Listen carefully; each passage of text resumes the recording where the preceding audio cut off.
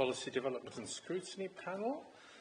This is the meeting where we discuss the upcoming budget meeting, Budget and Council Tax meeting. So a warm welcome to Dina Romero, who is Chair of the Children, Adults and Health and Wellbeing Policy Development Panel, and also hot foot into the chamber is Andy Waite, who chairs the Climate Emergency and Sustainability Policy Development Panel. It is, yeah. There must be an acronym in there somewhere, but probably not the time to work on that. That does mean that we're going to be juggling the agenda around. So the main meat of the agenda will be a discussion on the draft budget, then the discussion on corporate estates asset management, and then heritage services. Can I remind everybody that we are being webcast? I'm sure there are queues of people out there just clicking on at this moment. So please when you want to speak, please introduce yourselves for the public outside. And then, welcome to this meeting. Agenda item 2 is the emergency evacuation procedure. Can we have that read out, please? When the continuous alarm bell sounds, you must evacuate the building by one of the designated exits and proceed to the named assembly point. Designated exits are signposted. Arrangements are in place for the safe evacuation of disabled people. Thank you very much. Any apologies for absence and substitutions? Apologies from Councillor Stuart Bridge, who has been substituted by Councillor Hal McPhee, and apologies from Councillor Gavin Heathcote. Thank you. Any declarations of interest? If not at this point, if anything crops up during the meeting, please can councillors highlight that so it can be noted in the minutes. There is no urgent business agreed by the Chair, and there are no public or councillor statements. We've got the minutes of the last meeting. Are we happy with those as a correct record? Thank you, Toby. We'll agree those. I will sign those as a correct record. And then we move on to agenda item 8 is the Cabinet Member Update, which I'm assured is going to be, it's about the budget, isn't it? So, yeah, I think if you're, with your permission, Chair, I don't think either of myself or my colleague Paul have anything to update you with other than the items that are on the agenda, so we'll just move on to those. Thank you. Moving swiftly on to what is now agenda item 9, the draft budget and council tax for 26-27 and the financial outlook. So, Mark, to introduce the report. Thank you, Chair. So, obviously this item is the budget and council tax 26-27 and financial outlook. It presents the council's proposed revenue and capital budgets and the proposals for council tax and the adult social care precept for 26-27. The panel is being asked to scrutinise the report and annexes and provide comments to feed into the Cabinet meeting and subsequent full council meeting. By way of context, the report makes clear that the 26-27 budget has been prepared in a challenging environment. There are demand pressures, particularly in social care. They continue, as they have been there for a few years now. And the year's process has also been shaped by the government's fair funding reforms and the way that the settlement information has been provided. The report summarises the fair funding framework and notes in particular that government did not provide any exemplifications ahead of the provisional settlement, and this lack of any worked examples and the lack of a settled scheme are key factors that have made financial planning extremely challenging in this environment. The report records that the provisional local government finance settlement and 3-year allocations were announced on the 17th of December, which is late in the budget cycle, and occurred even after the council had already begun the public budget consultation process. So we were going into a public consultation with a set of proposals without knowing exactly what our target actually was, because we didn't know what our funding would be. And then turning to the scale of the fair funding impact, as the report sets out, on the provisional settlement, the negative impact is profiled as 2.42 million in 26-27, 5.12 million in 27-28 and 5 million in 28-29. So that is a cumulative 12.55 million over a three-year period. So in 3 years' time, the council will be 12.55 million a year worse off than it would have been without the fair funding reforms. The report also explains the main drivers of that position, including the relative needs assessment, the assessment of our local resource-raising capacity through the tax base, and the redistribution effects through the business rate reset. Despite that context, the report brings forward a balanced budget for 26-27. It states that, after accounting for service cost pressures and new funding requirements, the starting funding gap for 26-27 is 7.24 million, and that's the target that we're trying to meet, and the proposal is to meet that through 2.59 million of income generation and 4.65 million of cost reduction plans.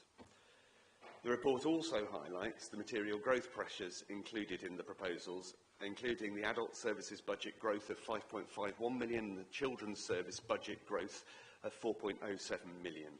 So you can see that reflects the continuing demand and market pressures on those services. On council tax, the report proposes a 2.99% increase in general council tax and a 2% adult social care precept, so an overall increase of 4.99%, the maximum that's allowed without a referendum. And an increase that I am sure the vast majority of councils across the country will be proposing. It is the increase that's assumed in all of the central government calculations for our core spending power. The report sets out that the impact on a Band D council tax bill will be £90.97 annually for the council's element, which the report points out is £1.75 per week increase. That's £1.75 a week on a Band D property. The report also provides the 26-27 tax base Band D equivalence, which is the basis on which the council tax yield is calculated. The total increase in council tax income to the council is just over £7 million. I want to point out that the net increase in the adults and children's services budget, the net increase, so once savings have been taken into account as well, the net increase to the adults and children's services budgets is nearly £6.4 million. So I know that we sometimes get asked, where does my council tax go? Primarily, that is the answer. It goes on supporting the most vulnerable people in the area. The report also points out that Baines residents benefit from the third lowest council tax of any unitary authority in the South West. So we are providing excellent value for money. A brief word on the capital programme as well. The report sets out the approach under the Prudential Code and explains the structure of the programme, including the distinction between schemes with full approval and those with provisional approval that require further decisions before they proceed. The report includes summary tables from 26-27 through to 30-31, showing the capital schemes for full approval totalling just under 230 million and provision approval totalling just over 280 million. So overall financing shown as 510 million roughly across those tables. It also explains that the risk is managed at multiple levels and refers to funded corporate capital risk contingency, which is shown in the capital programme annex as just over 2.9 million. So we're taking a prudent approach to the capital programme. There are some very exciting schemes in that capital programme, I think. There's 880,000 for Odd Down Sports Ground and additional indoor and outdoor fitness spaces and improved facilities for families with young children. There's £360,000 for refurbishment in play areas in parks. There's 1.8 million to explore the potential for green hydroelectric power at Pulteney Gate to replace the existing radial gate. And there is the funding to prepare the site at Culverhay in preparation for new school provision for specialist places at the Culverhay site. Finally, on consultation, the report notes that the consultation ran from the 12th of December to the 19th of January. I want to thank the residents who engaged with the consultation, including a response from Salford Parish Council. We have a Salford Parish Councillor here, a Salford Ward Councillor here, so please pass on my thanks to the Parish Council. In response to the two issues raised, two of the issues raised, 2 items have been removed from the package of proposals that have been previously presented. The proposal to introduce a charge for discovery cards, which generated about a third of the responses, and the proposal to shorten the opening times at Welton and Bath recycling centres. Both of those items have been removed in response to feedback from residents. So, Chair, in closing, this report and its annexes set out the proposed balanced revenue position for 26-27, the council tax proposals, the capital programme framework and the headline totals. I believe the report sets out a deliverable package of savings and income plans and a prudent approach to the treatment of risk and contingency, whilst protecting the most vulnerable residents and protecting the frontline services on which our residents rely. I welcome the panel's scrutiny and comments in any areas where members would like clarification, please ask, and your comments will obviously carry forward into the Cabinet meeting next week. Thank you. Thank you. Dina, did you want to give us the comments of the Children and Young People's panel? If you like, I'll give you the comments of the Children and Adults and Health and Wellbeing Policy Development and Scrutiny. It was on the opposite side of my paper, and I was making it up as I went along. Well, so I will give you the comments from our panel. So I would absolutely agree, and I think it was noted by the panel as well, that children's services and adult social care clearly, are facing particularly challenging times. It has been a growing pressure, I think, for a number of years now, and it is clear that this feels like it's in a one-way trajectory at the moment, until I think government seizes, takes the nettle and changes how social care particularly is funded. I think that is going to be the case, particularly when demand continues to rise, complexity of need continues to increase, and inflation is still a strong pressure as well. And the panel, I think, pretty much by and large, acknowledged that this year's position is more difficult than it has been in previous cycles. As a panel, we spent time discussing the proposed savings linked to the Increased Care Act reviews. We spoke about short-term pathways and the increased emphasis on enablement and universal services. We did raise concerns about the impact of people with complex needs, and this was also a reflection of public statements that we've heard both at that meeting and in previous meetings from families that remain worried that cost-driven change might remove or destabilise essential support as well. We were gratified to receive those assurances that the reviews will remain person-centred and based firmly on eligibility and outcomes, and that in quite a few cases reviews would lead to increased rather than reduced support. The panel questioned and we discussed co-production in terms of recommissioning and the learning disability services, and we also reflected, I think, on the last year's work around Newton House, and I think the work around the name has entirely escaped me, the various services that we commissioned through, for example, through 3SG. So we thought that it was important to carry on with that early and meaningful engagement with individuals, with families, particularly as well, and to learn those lessons around how that engagement has, I think, now created a much better understanding for all about how these services are, how they work and how they're provided. But we heard of the concerns around the joint working with the Council and the ICB, so the Integrated Care Board, particularly as the ICB is morphing into something that may, it will be much bigger, but it won't necessarily, I think there were concerns raised about whether or not it would still have a BAMES focus, and we were reassured by the officer who spoke that the ICB would still have a a place director as well. So we were reassured about that. But we were also concerned about, obviously, how funding disputes with people with complex needs would be met.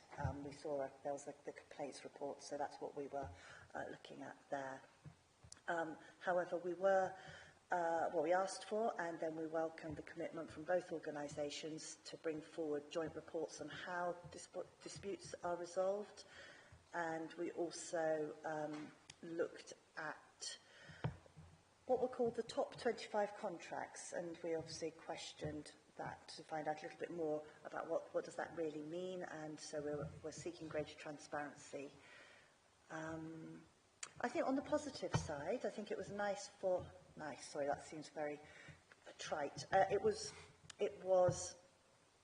received positively that the Children's Services were focusing more on reducing the growth in that area of work rather than seeking new savings. And again, we spoke around other issues, including the special educational needs pressures too. We looked at the education, health and care plans and noted that there are early signs of improved timeliness and reduction in the complaints, and we look forward to seeing how that progresses too in the future. Sorry, I've nearly finished. So I think we were still, though, questioning about some of the savings, how they would be achieved, and particularly around transitions and looking at how adults are moving from high-cost residential placements into supported tenancies, and hope that there'll be no reduction in support levels. But do not worry, we will continue to scrutinise the impact of savings, and we will aim to ensure that the needs of our vulnerable residents remain central in decision-making. So, thank you. Thank you, Gina. Andy, as Chair of Climate Emergency and Sustainability Policy Development Panel. Try to get that one pretty right. good. Yeah, 9 out of 10. I've just come from Taunton, as I think everybody knows, and I mention it simply because they fixed their presets today, about 2 hours ago, and it's £15 for a D-brand house, which works out at 29p per week. So we're all sort of raising similar amounts, and basically, I think being squeezed means in some ways we have an easier task, because in order for us to have if we don't stick to 5.99p, then basically, it's a lot of work and it's a lot of pain, isn't it? So there's a lot of wisdom in trying to stick to those levels.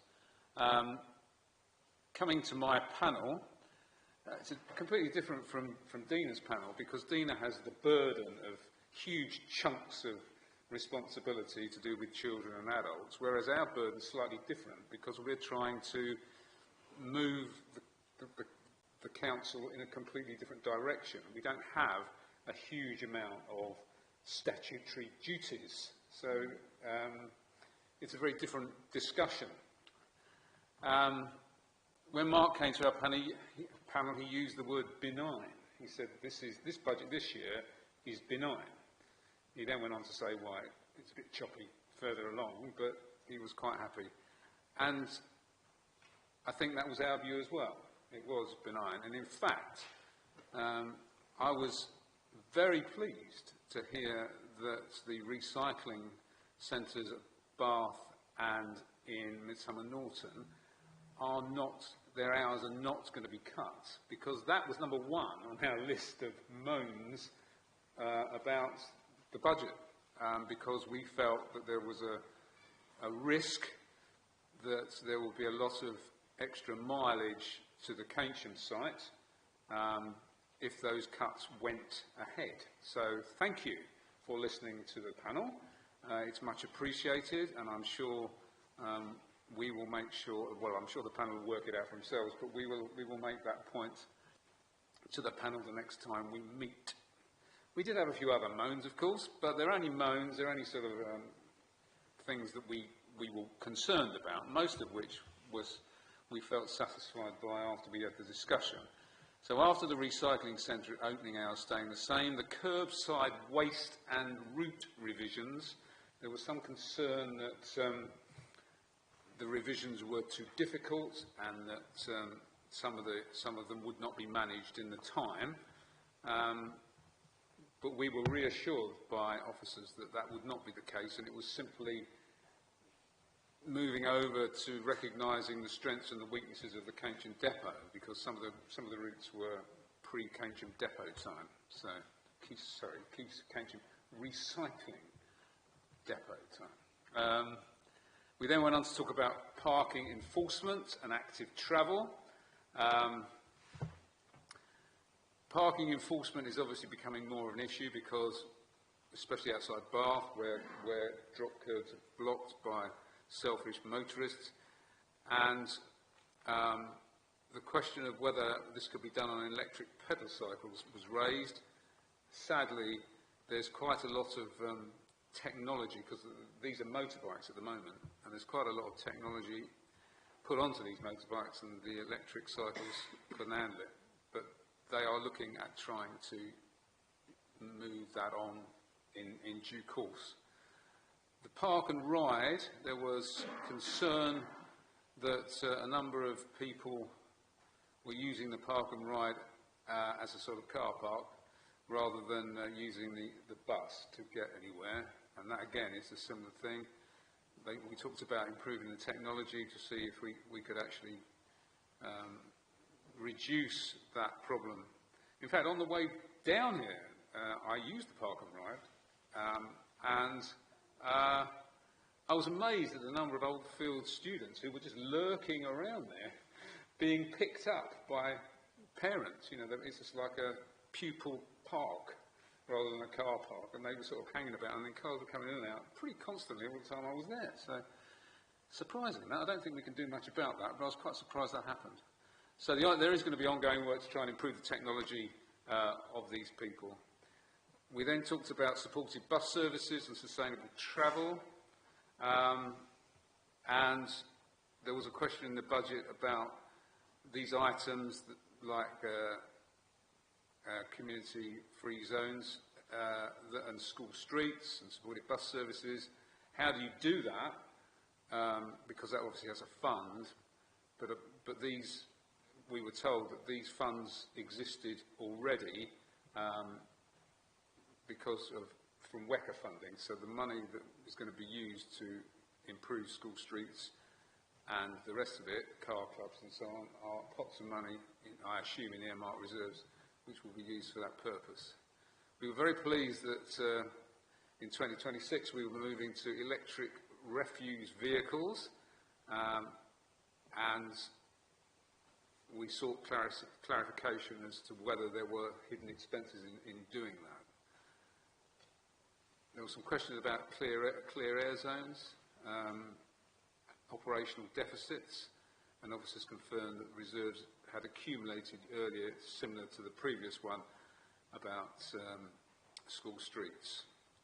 There was worries about the impact of small businesses and parking charges going up, but we were again reassured, and this is possibly why I'm not convinced, but that there is no direct link between the health of a high street and the parking charges going in. But they agreed to continue to monitor the effect of parking charges in these areas outside Bath. Finally, and this is for Amanda, I woke her up, there was some concern about a strong communication strategy around waste and recycling and transport, so that residents understand why we're doing what we're doing. But in conclusion, I would say that we were very supportive of the budget as a committee, and we commend Mark for the work he's doing and his team. Thank you. Sorry. Thank you. Can I just have one more thing? I'm sorry, I should have said this at the time, but I did want to say thank you to the Cabinet members and also to the officers who come to our panel on such a regular basis. And, you know, I don't think we give them the easiest time, but I do want to say thank you to them. Thank you very much. I think there's possibly a conflict between scrutiny and giving Cabinet members an easy time, but I would just put that in there. Thank you for those two reports from the two scrutiny panels. Are there any questions of detail from panel members, remembering that this is not the opportunity to grill either Andy or Dina? If not, my question, Andy, was your comment about questions were asked about about parking charges and small businesses, and I think you said that you were assured that there was no direct link between parking charges and health of a high street. That's what we were told by the officers, yes. Fine. Was there any response to that? And well, there was, and the response was, well, they're going to carry on, as I said, they're going to carry on monitoring it to make sure that that is the case. yeah, I'd be interested as well separately if you could send that link or that reference across to the officer, because I find that slightly counterintuitive, as I'm sure other people do. Thank you. Anyone else got any questions? If not, if we move along to the wider discussion of comments about the budget, is who wants to have first go? Yep, Duncan. Thank you. Right, I'd kick off with a straightforward question while people are thinking about their questions. The government's fair funding formula made an assumption of a 100% collection rate for council tax. Now, a 100% collection rate for council tax is, I would think, impossible to achieve, but I know we have very high collection rates. Is there anybody here that can tell me what the collection rate is currently in Baines, if there's any movement in that? Is it getting better or deteriorating? What's the situation? I think for the last year we were about 98.5 in that region. That's not exactly the figure, but it's around kind of between 98 and 99. Just to point out as well that the fair funding formula doesn't only assume 100% collection rate, it also assumes a council tax level, which we are below. I believe the formula assumes a £2,000 bandy, 2,000 something pound bandy charge. Yeah, just over, I think it was about 2,065, but yeah, in the region of 2,000. So the funding formula assumes that you're able to collect £2,065 for a bandy house, and we don't, and we can't do that without a referendum. So, yeah, there are a few assumptions in the funding formula which are not accurate.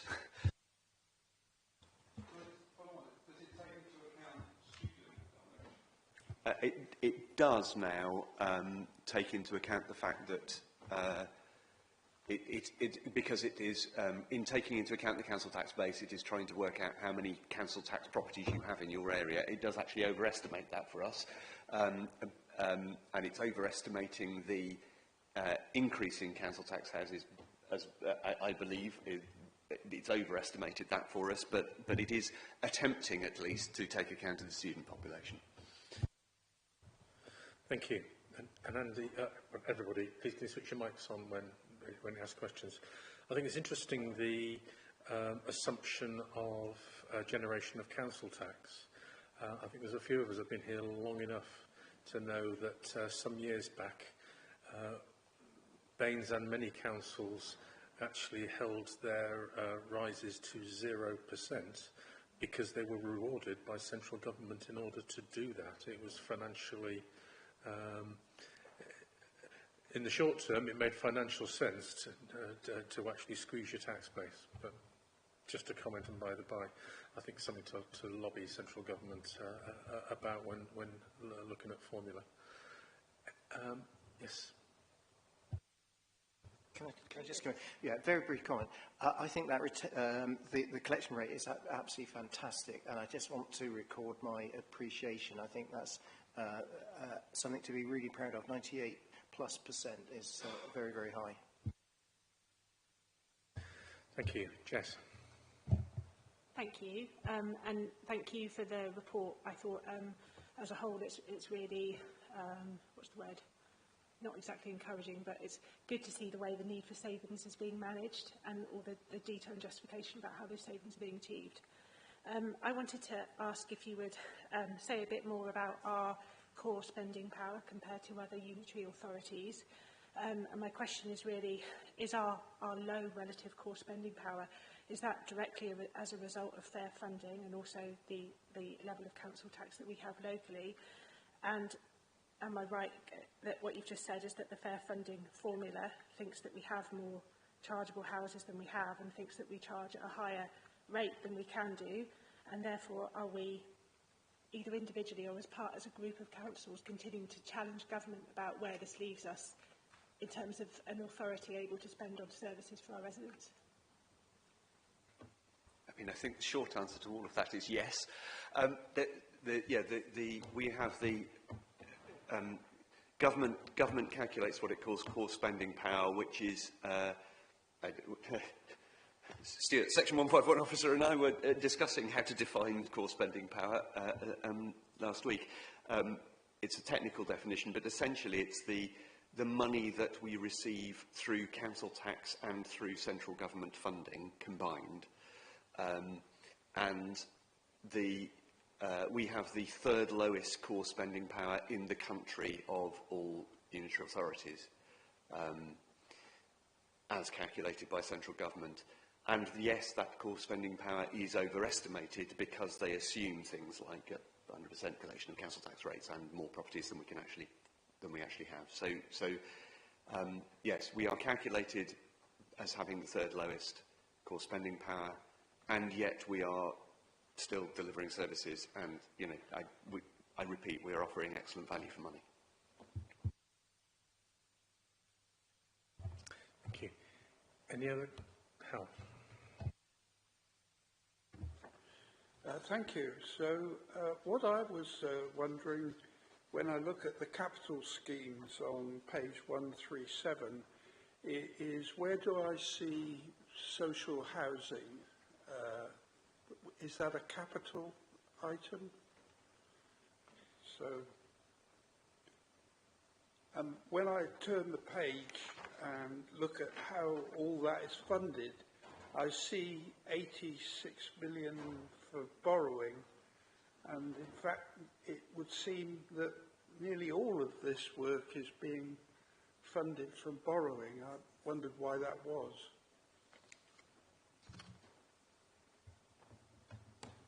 So I'll pass to officers in a minute, I think, but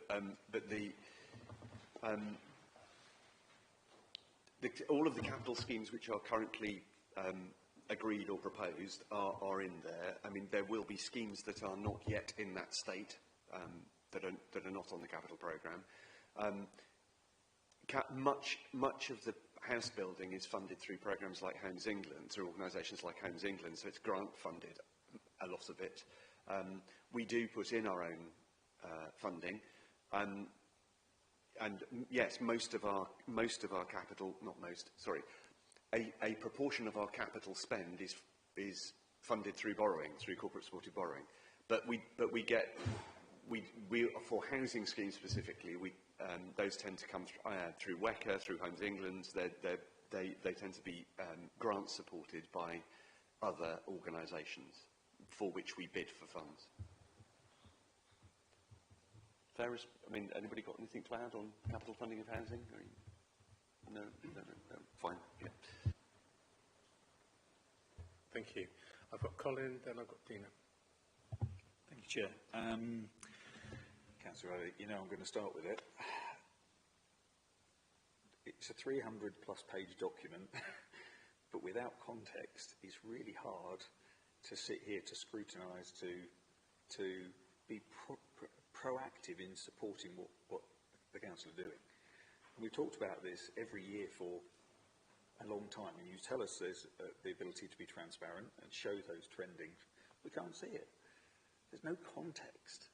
That makes it really difficult for us to actually analyse and digest this in a fairly short space of time. And I applaud my fellow councillors who've all nobly waded in and tried to pick through this to actually then try and be positive and understand what's going on. And we appreciate, actually, we're only looking at some fairly small items in here. But can you explain to me why we've not addressed that, when last year you categorically told us that you would make sure that this budget was presented to us in a way, while I appreciate that the fair funding reform has delayed the current figures, last year's figures and the year before's figures could be on here. It could have been part of the report to give us an understanding of direction of travel. Because when I look at certain functions, it's hard to have quality questions, shall I say. Well, I think some of the reporting does give you previous year's figures. The cash limit reporting, for example, so the reporting that shows hang on, just let me pull it up.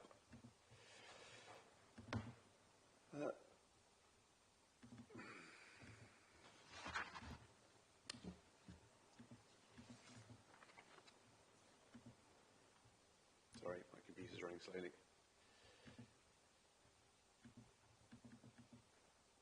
Yeah, so if you look at the portfolio cash limit reporting, that does show you the existing cash limits for what we call cash limits. Is effectively that is the budget line for the individual items, so you can see the movement from last year to this year on each of those lines.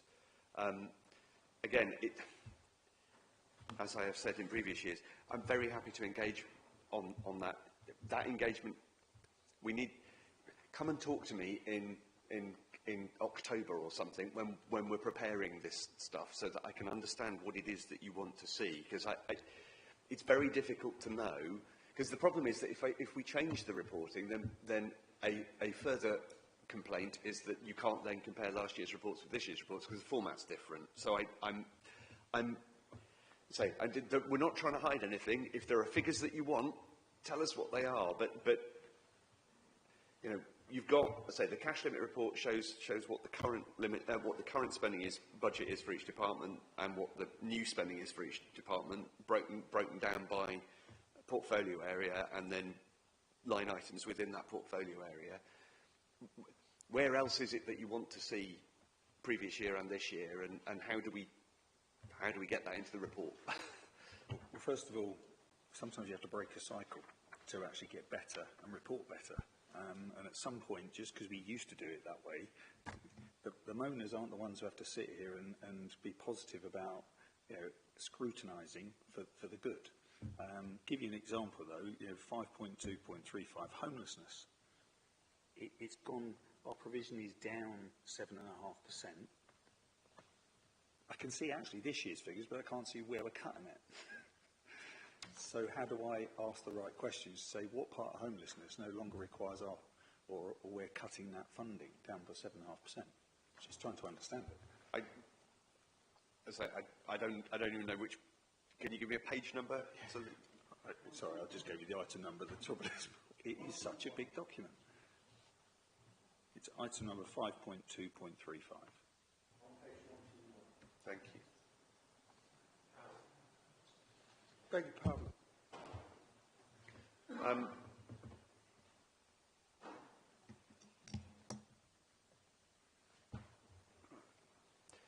I'll have to come back to you on that specific table because I don't know the detail of that specific table. Obviously, I don't know the detail of all 130 odd pages in the report, so I can come back to you. But it's a. I mean, we're very happy to provide data if you want it. Why that table hasn't got previous years in, I don't know. Well, let's move on. In terms of context and understanding some of the provisions, we've got 250,000 of revenue generation for yellow box charging. Obviously, we were given that statutory power 3 years ago, I think, and we're now looking, obviously, to put it in as a budget line, which our residents and visitors will need to be aware of. But I want to understand where that figure's been plucked from. What is our expectation and why? What are we basing that information on? Because that's how we can scrutinise to understand it. Do you know that the yellow box at the end of Bathwick Street, we cannot enforce it? And whilst it's actually been contravened repeatedly, highways tell me we cannot enforce it because of what they've done to extend the yellow boxes. So I'd like to know, are we putting a budget line in that's just that, or is there some detail for us to scrutinise and support and understand and get behind? I obviously don't know the exact detail of the yellow box enforcements, and you know, there are budget lines. You know, all the budget lines are agreed with the departments that are proposing those, where we're proposing those budgets. You know, there is an item there to say that we want to raise some revenue from yellow box enforcement. That isn't. I don't think it's true to say we've had those powers for 3 years. I think, in fact, my colleague, Councillor Rigby, would know. Is that 3 years we've had the powers? No, 18 months. Thank you. So I mean, it is a relatively new thing. You know, there are always going to be some budget lines where it's new and we don't know exactly what to expect. I mean, enforcement things like that are obviously one of those.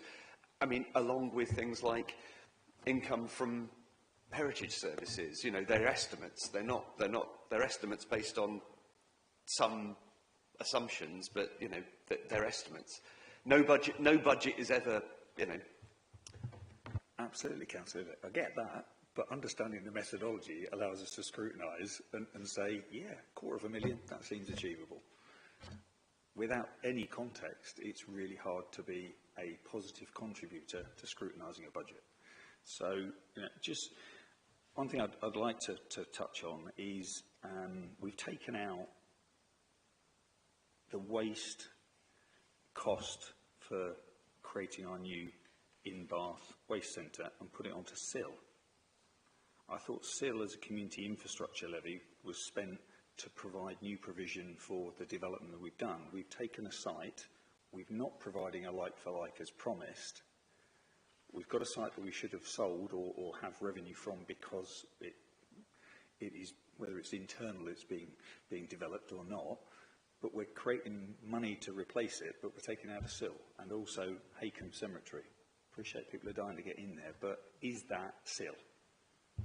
Yeah, because absolutely, because SIL is the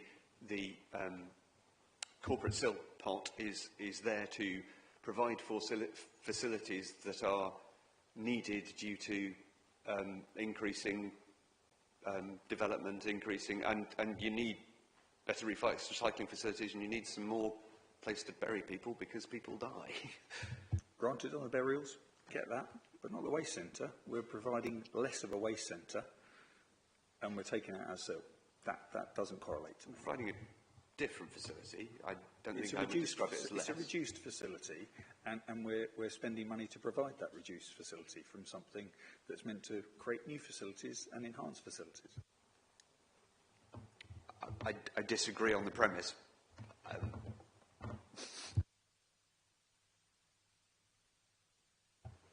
think I understand what Colin's saying. I mean, SIL is there to mitigate the consequences of development, and I appreciate extra plots in a graveyard is, I would say, stretching that definition a bit. Just putting that out there.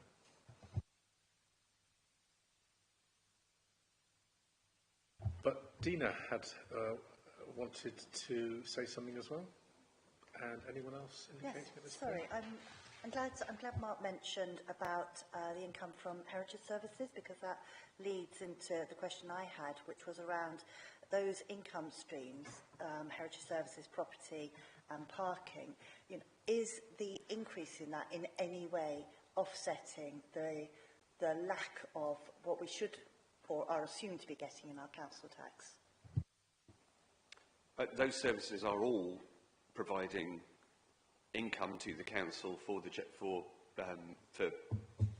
that means that we are able to provide more services than we would otherwise do. Absolutely. I mean, I forget what the figure is for heritage services. Paul, can you remember what the figure is?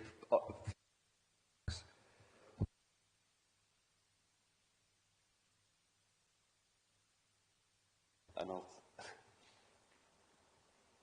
The business plan is about 150. Yeah, so I'm working now. roughly, so heritage services alone is roughly equivalent to about £150 on everybody's council tax. So yeah, on the average Band D council tax, to be accurate. Sorry, it doesn't quite answer my question. It's good to know that it does offset the offset other costs that could be had in council tax. But what I was asking about was, does it mitigate for the amounts we're not getting because of, you know, the increase in numbers in students in HMOs, for example, or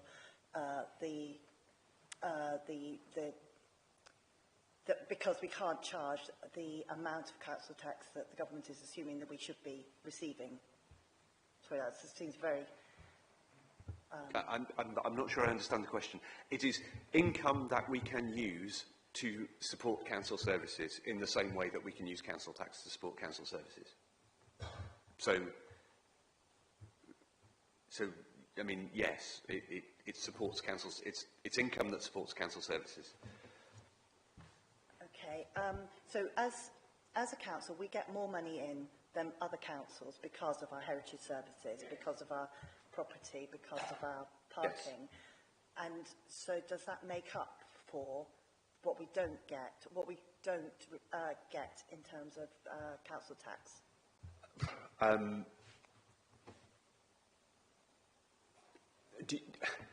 Question. Do you mean, were we to be charging an average council tax, what would the difference be? Is that the kind of, is that where we're trying to get to? Okay. Yes. No, it doesn't make up the difference. It makes up some. I mean, you know, like there is some increase in, if it weren't for that income, we would not be able to provide all the services we're providing. So yes, I mean, it is making up some income for the council, but does it cover all of the gap between what we currently charging council tax and what we would be the income we would have if we were charging average council tax? No, I don't think it does. It does mitigate somewhat. Yes, I mean, yes. The income that we gain from things like heritage services benefits the whole area. It gets spent on things like social care. Thank you. That's an interesting question. Before I put in Duncan and Colin,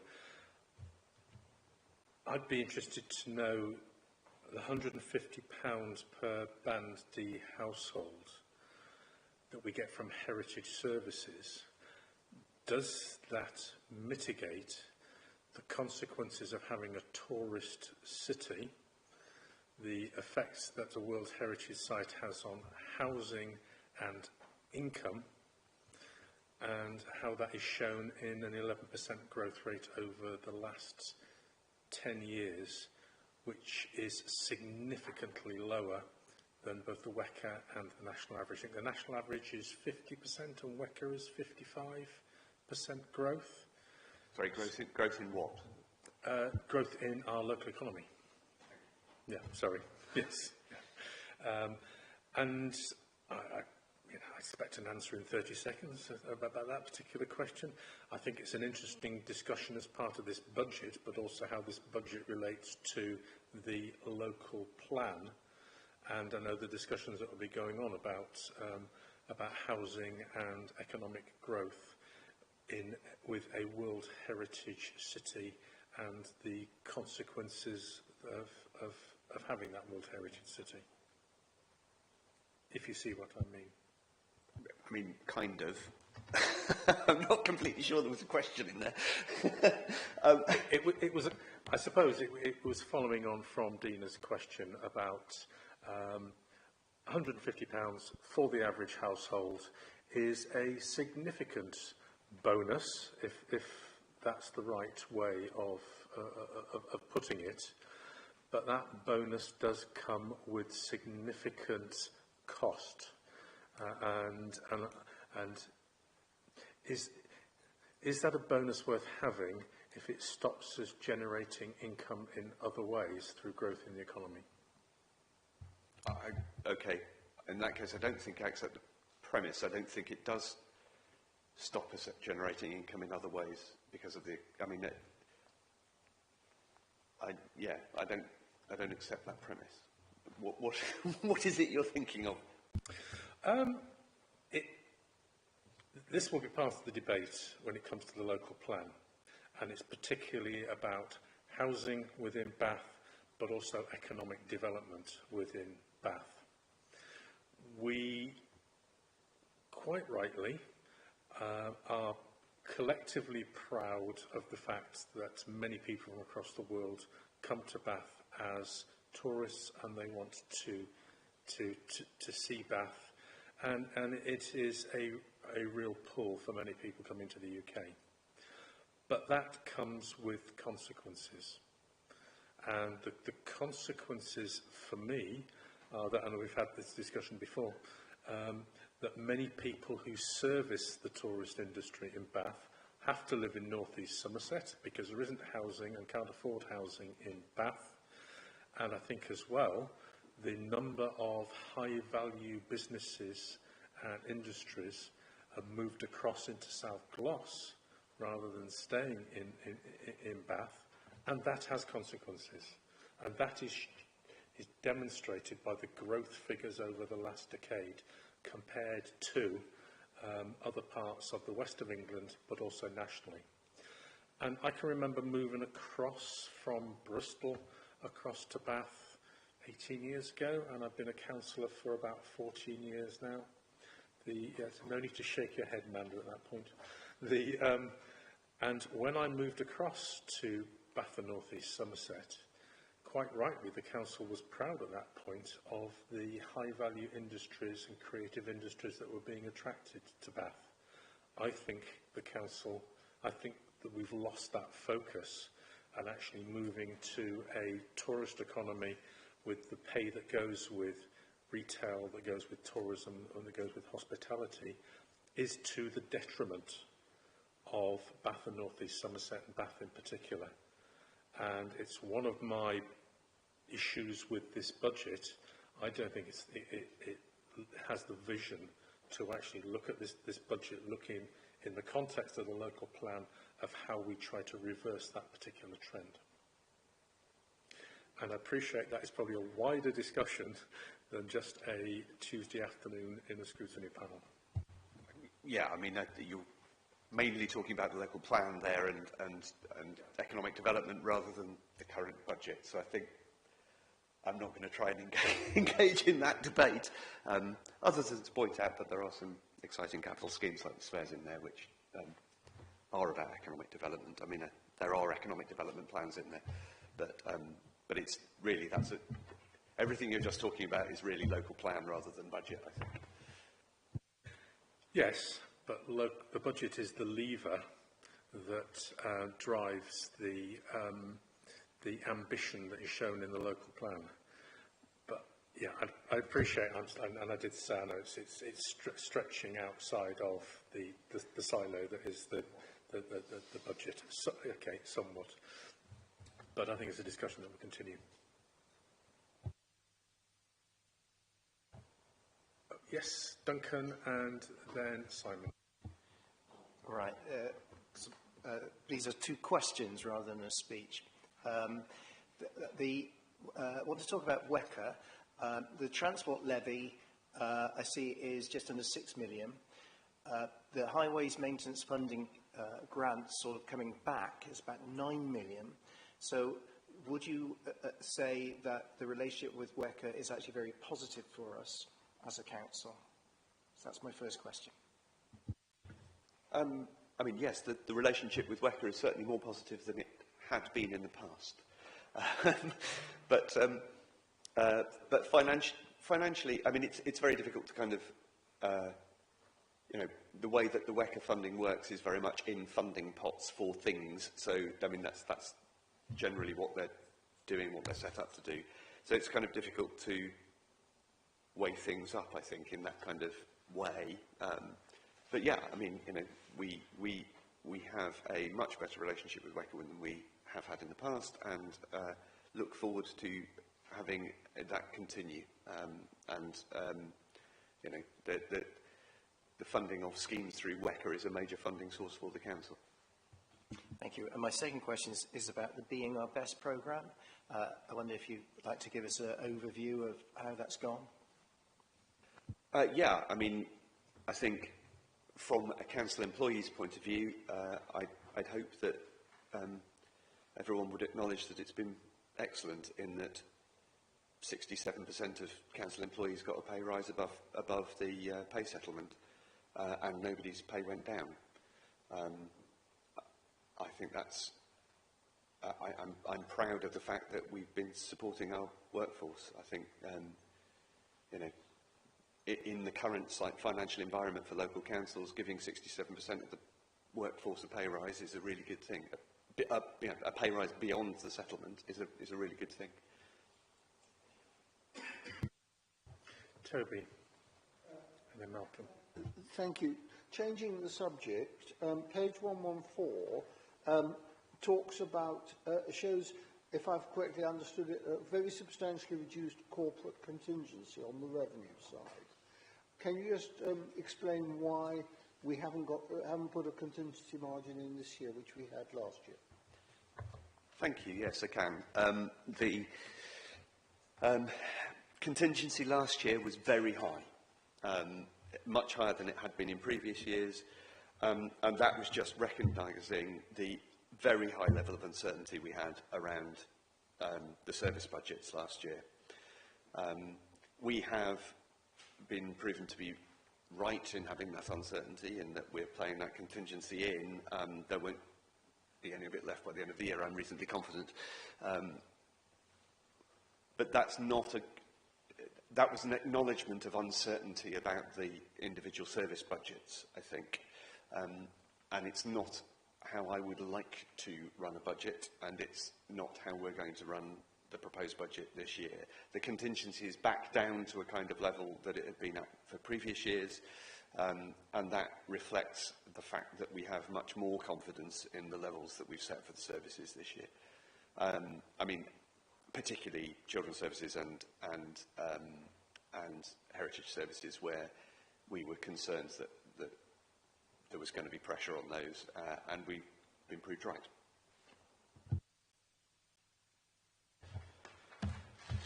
Malcolm? Thank you, Chair. A couple of questions from me. You flagged how there's going to be a challenging position from fair funding in subsequent years.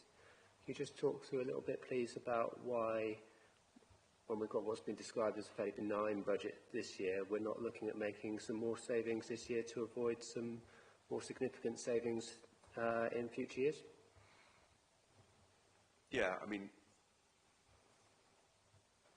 I think benign is a relative term. It wasn't mine. No, but I mean, if you look around at what other councils are having to do, then certainly our I think a lot of other councils would be very pleased with the kind of budget proposals that we've got this year. I think, yeah, we're going to have to look hard at future years, but we will do what we always do, what we can to protect frontline services, and that's what we've done this year, and we hope to continue to do it. I mean, we've got a transformation programme planned that will propose how we make the savings we're going to have to make in subsequent years, and that will be tough, I absolutely agree. But frankly, you know,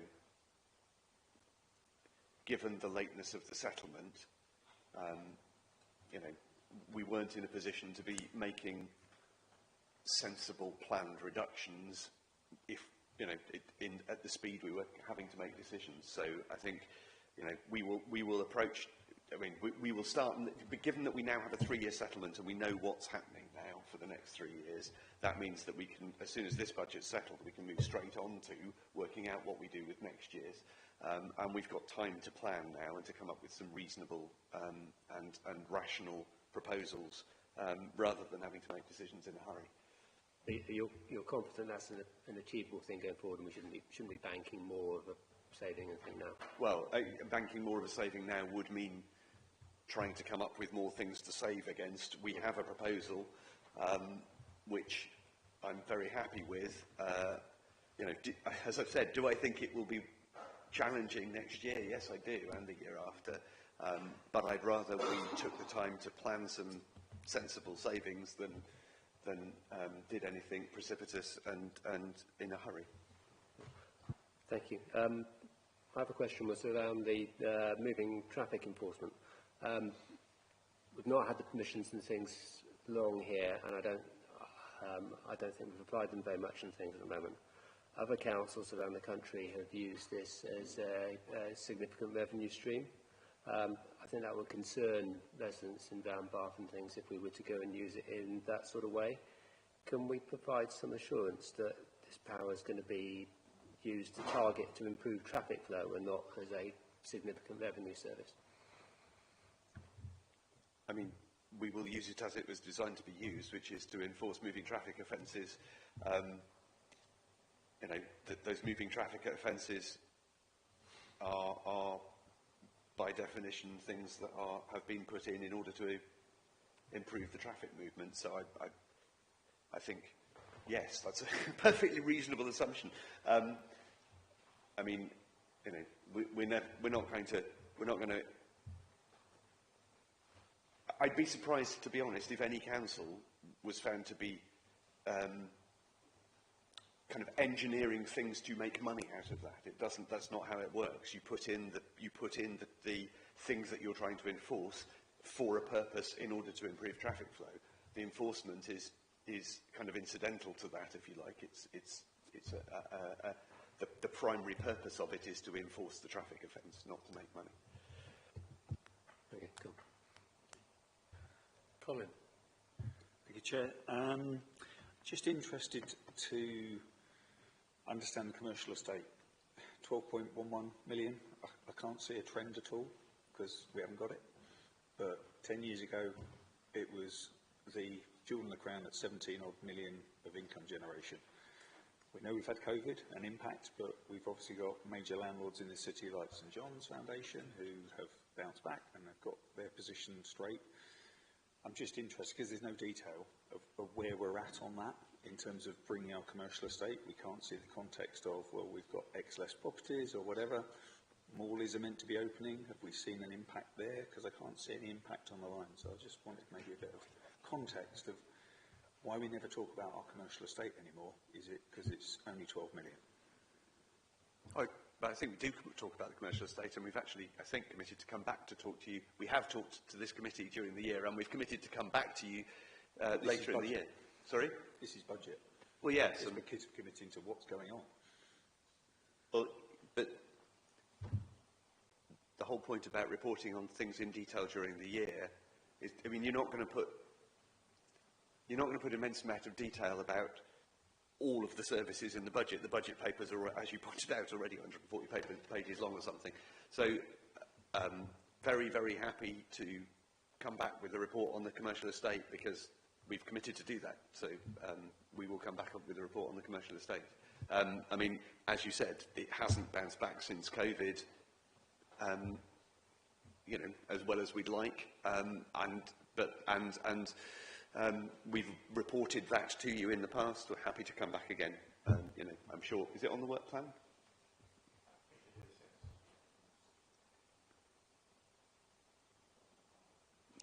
Yeah, I'm sure we will come back to you. Thank you. Okay, I'll have my 6 penny worth then, if that's okay. No, that was just the aperitif. First of all, thank you for the report that's come in front of us. And I'll kind of deal with themes personally rather than some of the individual bits. I think one theme that has come out has been the difficulty to be able to scrutinise properly with figures coming in late. And I know the combination of fair funding and the way that the government announcement seems to be coming out later and later, and has done over the years. Hopefully this will be the last year that is the case, because with a 3-year settlement that we can look at some of that detail earlier.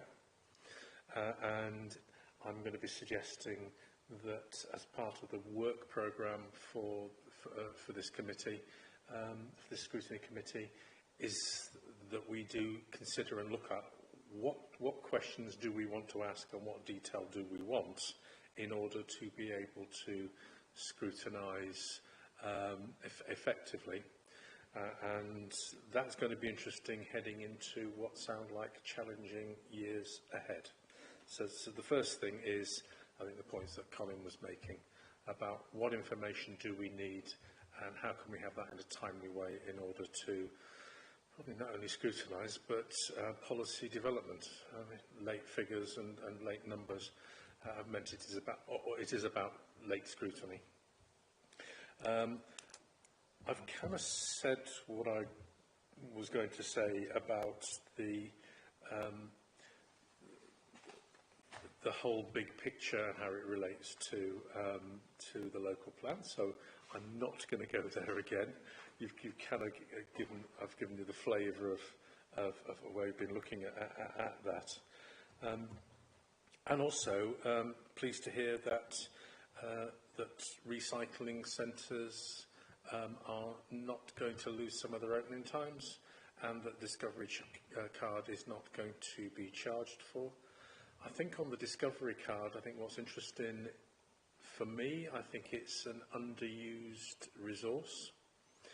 And if we're looking at, for example, charges and how we generate income, I think the ability to be able to differentiate between charges for residents as opposed to visitors and tourists, I think there's a slight difference between the two, is maybe, again, is something we should look at development of a Discovery card in order to do that, so it becomes a resident's first card rather than just necessarily a Discovery card.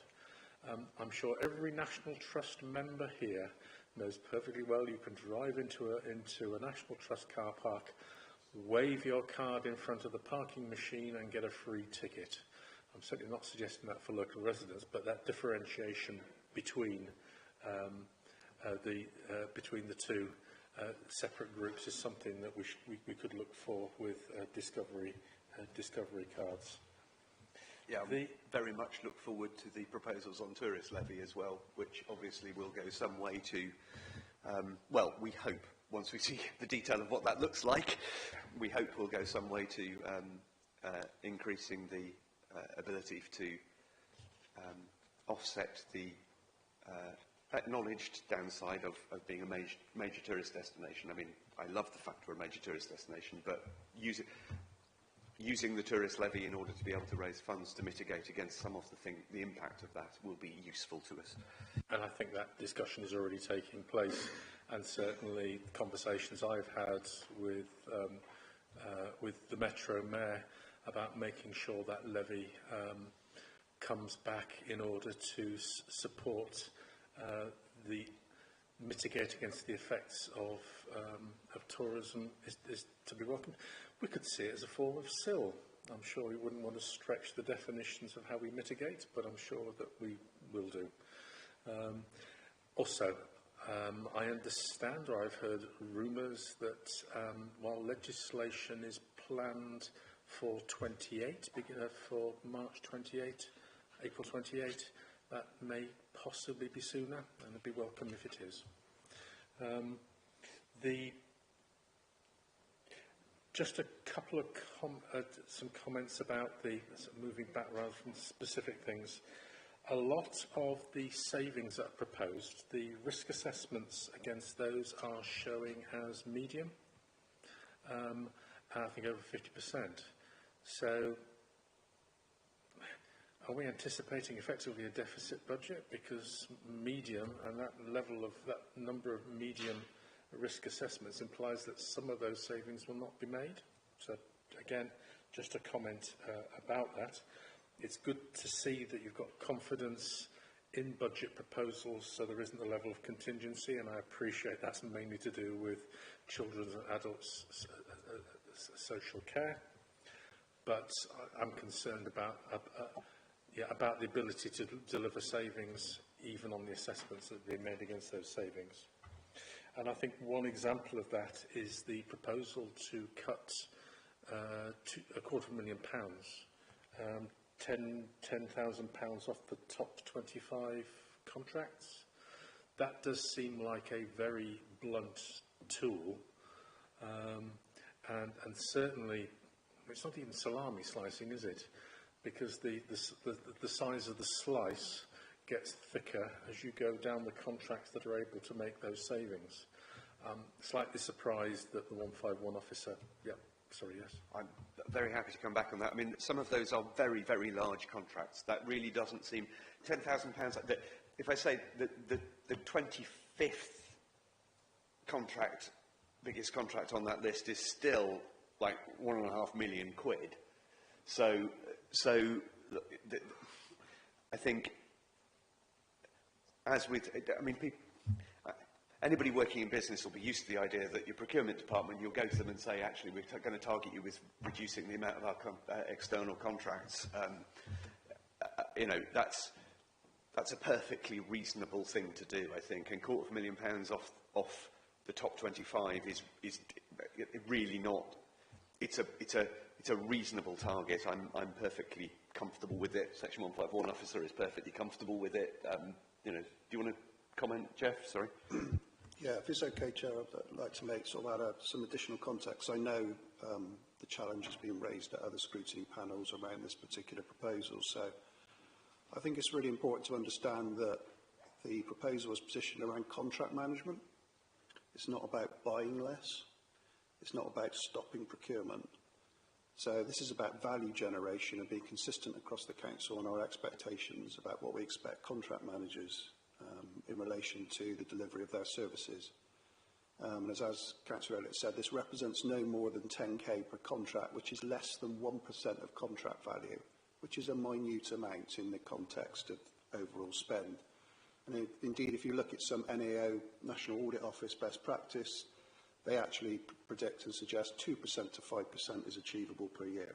So actually, this is a relatively low target.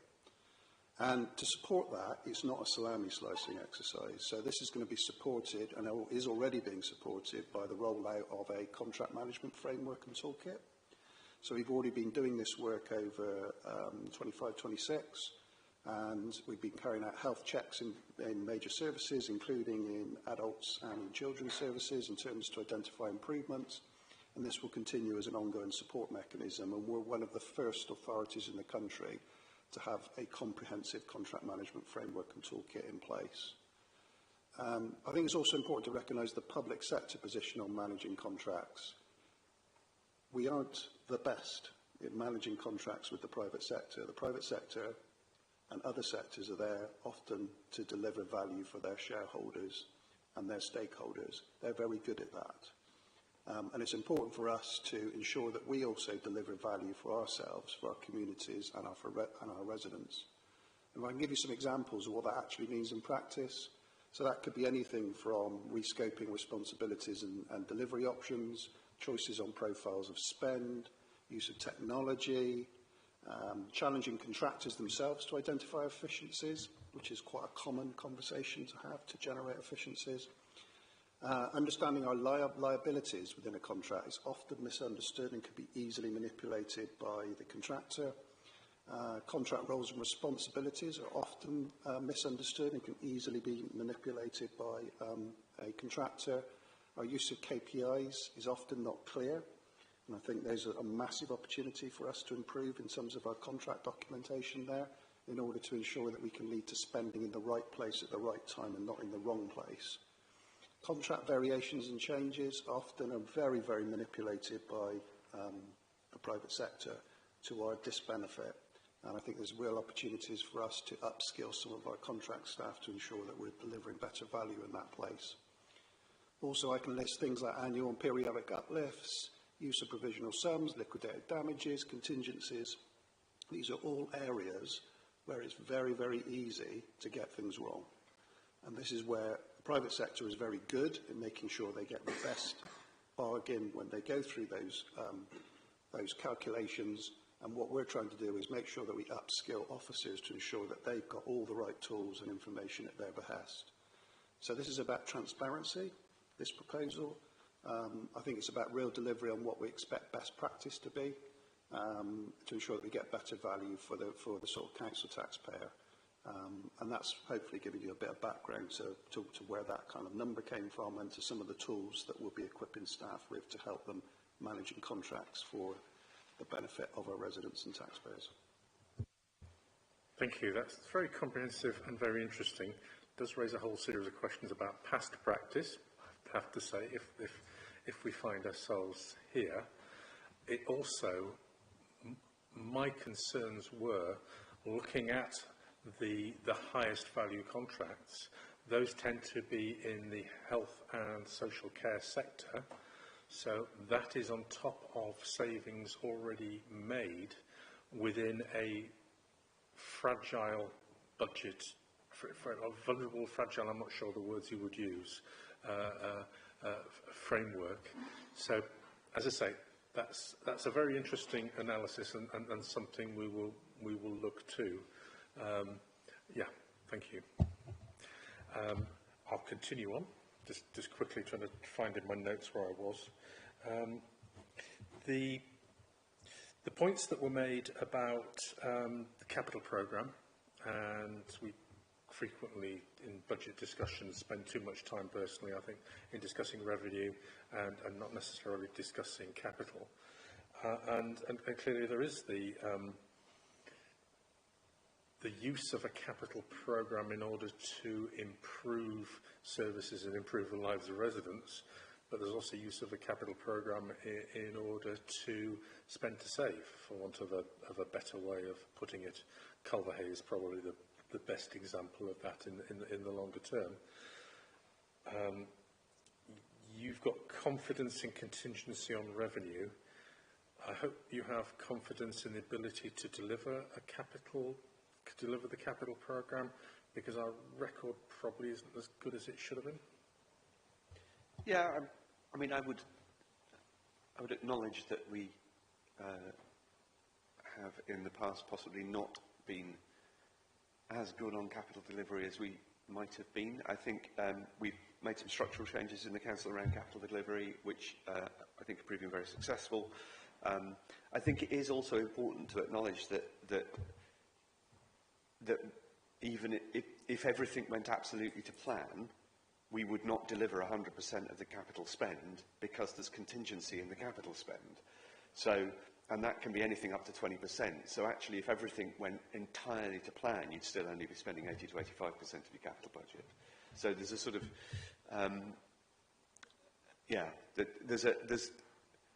there's more nuance to a capital budget than there is to a revenue budget, basically.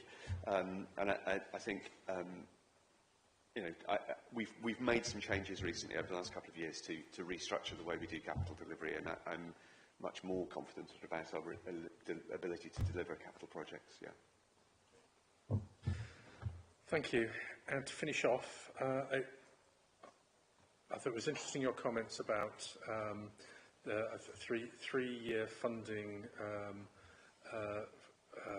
plan from government, and you characterise it as giving time to plan. I think from our point of view as a scrutiny panel, it actually gives us time to scrutinise and do policy development as well.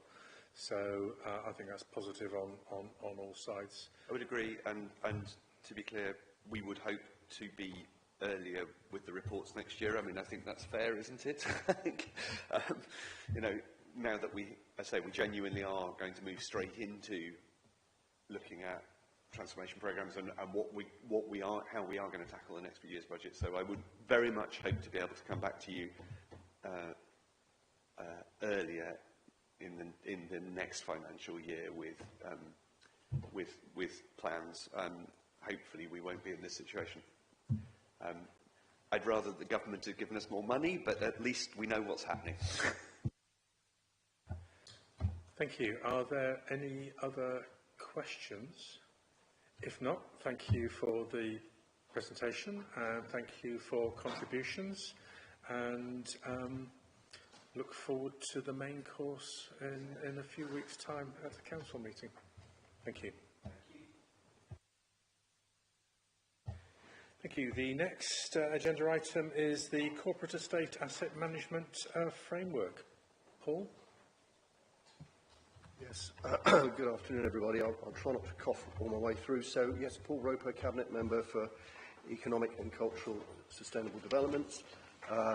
What we have today is our new Corporate Estate Asset Management Framework, 2025 to 2030. I emphasise the fact that it's new. We haven't had one of these before, as far as I understand.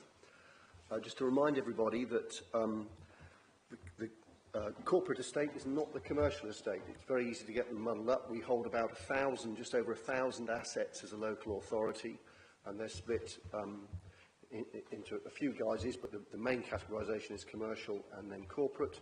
And the commercial estate is buildings such as the one we are sitting in at the moment, the illustrious Guildhall. Just briefly, Richard Holden, who's Head of Corporate Estate for the Corporate Landlord, is going to do a presentation in a minute for us, but I'll give you a brief introduction, if I may. The Corporate Estate's primary function is to enable the delivery of council services by providing safe, modern, inclusive and efficient workplaces and public-facing facilities where staff and partners can serve residents well. And this remains our priority. Our land and buildings are one of the Council's most tangible levers for change. Managed as a single corporate resource, the estate can enable better services, accelerate decarbonisation, unlock inclusive growth, support our cultural offer and help deliver healthier, more resilient places. The framework you'll see today sets the strategic direction of how we will steward the corporate estate over the coming years, providing the umbrella under which the asset management policy, strategy and action plans sit. We're going to focus on safe, fit-for-purpose, low-carbon assets, clear governance and evidence-based choices, and a rolling asset challenge that ensures we keep only what we need and repurpose or release the rest to support wider council priorities. I'd like to hand you over to Richard now, who's got a presentation for you. Thank you. Thank you, Richard. Fortunately, all councillors have had copies of the slides, so please can I ask that the presentation be on a fairly high level? I'm just looking at time constraints. Yes, thank you, Chair. I will just make sure I'm launching the document. This screen, this large screen is not on. Can we turn that large screen on?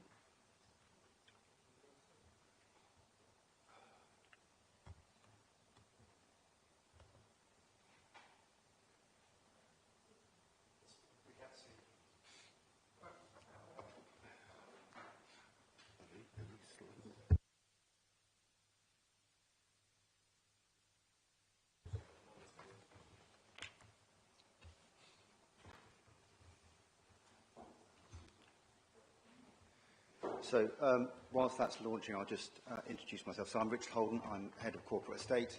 You have, as the Chair said, you have had the slide deck, so I hope you had a chance to review that and scrutinise it. I am going to try and skip through this quite quickly. There are 23 slides, but I've been asked to skip through it quite quickly, so it might be a little bit of a sprint, but I want to give a chance for the Q&A at the other end of this.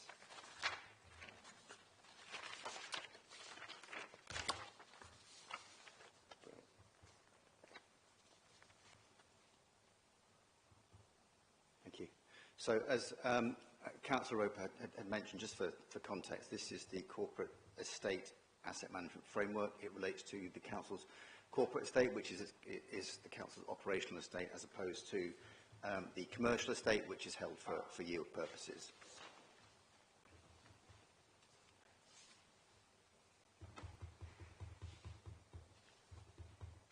The Asset Management Framework is a plan for how we will manage the Council's assets over the next 5 years. It very much is about guiding decision-making and defines the actions and the activities that we will undertake within the corporate estate.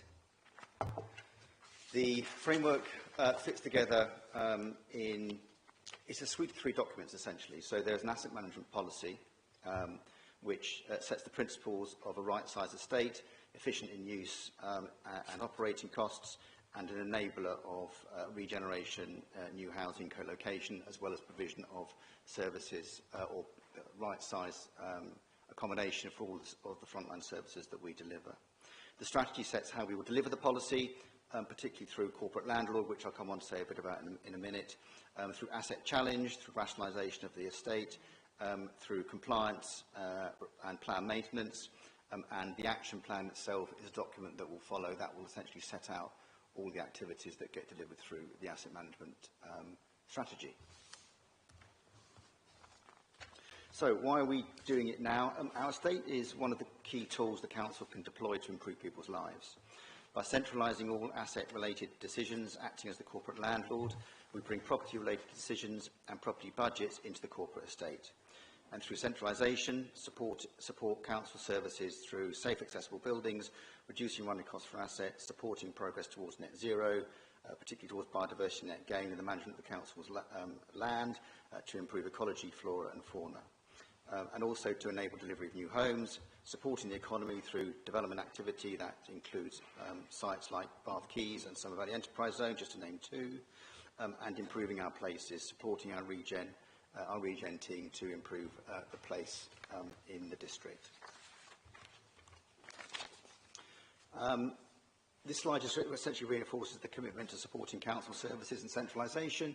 It's about, as I've already said, delivering safer, more accessible buildings, having services under one roof, particularly looking at co-location hubs with partners, greener operation, reducing energy use, decarbonising the estate as far as we can do, including adding solar where we're able to, as we've already been doing, and protecting biodiversity, and a better use of space. That's the right size offices, and providing particularly flexible community spaces for our CICs and community groups.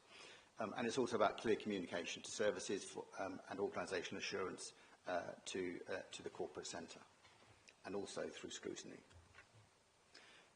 This slide, I'm going to skip over actually, it essentially reinforces the outcomes and the targets for 2030, but we're not going to dive into that at this point, but happy to take any questions. And then we move swiftly on to the policy itself.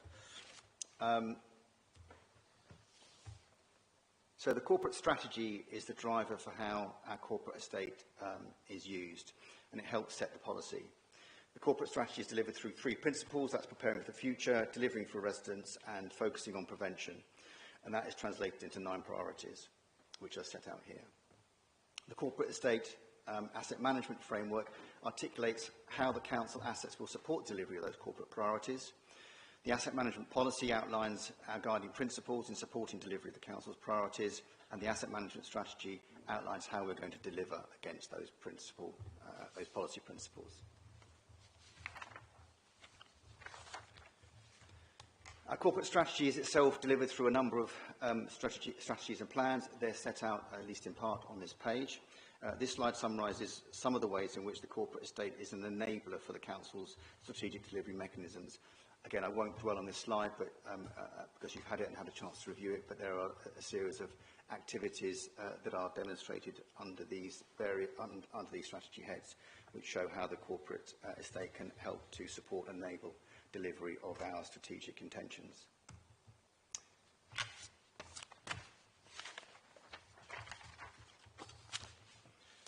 So the corporate estate asset management policy establishes 5 policy pillars through which we will manage our corporate land and buildings, and supports the council's operations and strategy delivery. Those pillars are to plan and manage property as a corporate resource for the benefit of the people of Bath and North East Somerset, to provide the right property fit for purpose and in the right places, to manage and maintain property effectively, efficiently and sustainably, to use land and buildings to stimulate economic regeneration, housing and growth, and to promote, where we can, do joint working and co-location, including with our public sector partners. The corporate landlord is a centralised model that the council has adopted to deliver the service. Services come to the corporate landlord for property and asset-related activities. Decisions are taken via delegations and or through approved governance groups, which I'll say a little bit more about in a moment. And this allows services to focus on the operational service delivery and frontline service delivery. The corporate estate acts as the trusted advisor and the intelligent client.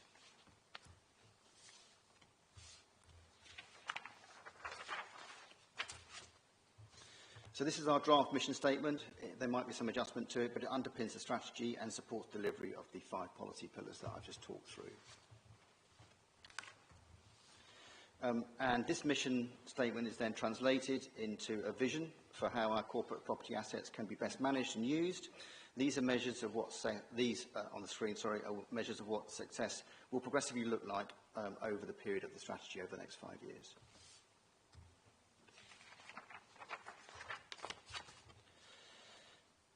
And this slide is just a little bit more of a granular representation of how our corporate assets can be used as enablers of council priorities. So, for example, in terms of climate emergency, it's about fabric-first retrofits, heat decarbonisation, PVs and solar storage and grid capacity. Ecological emergency is biodiversity positive, management of our land, health and well-being in terms of co-located hubs. That is how the corporate estate could help and assist. Community spaces and social prescribing venues. Supporting housing delivery through the release of assets and land to support Baines Homes and also Aquis Homes. Economic development, and that's around how we curate our spaces and how we deliver development and the opportunity for new jobs in the region.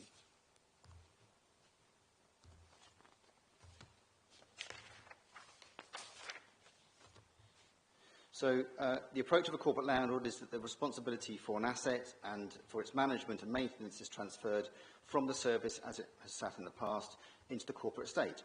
Service areas come to the corporate landlord, service areas become a corporate tenant essentially, and their priority is to deliver their service. The corporate landlord's function is to ensure all services are adequately accommodated and to maintain and manage the associated land and property assets. This is the culture and behavioural change that has been referred to previously.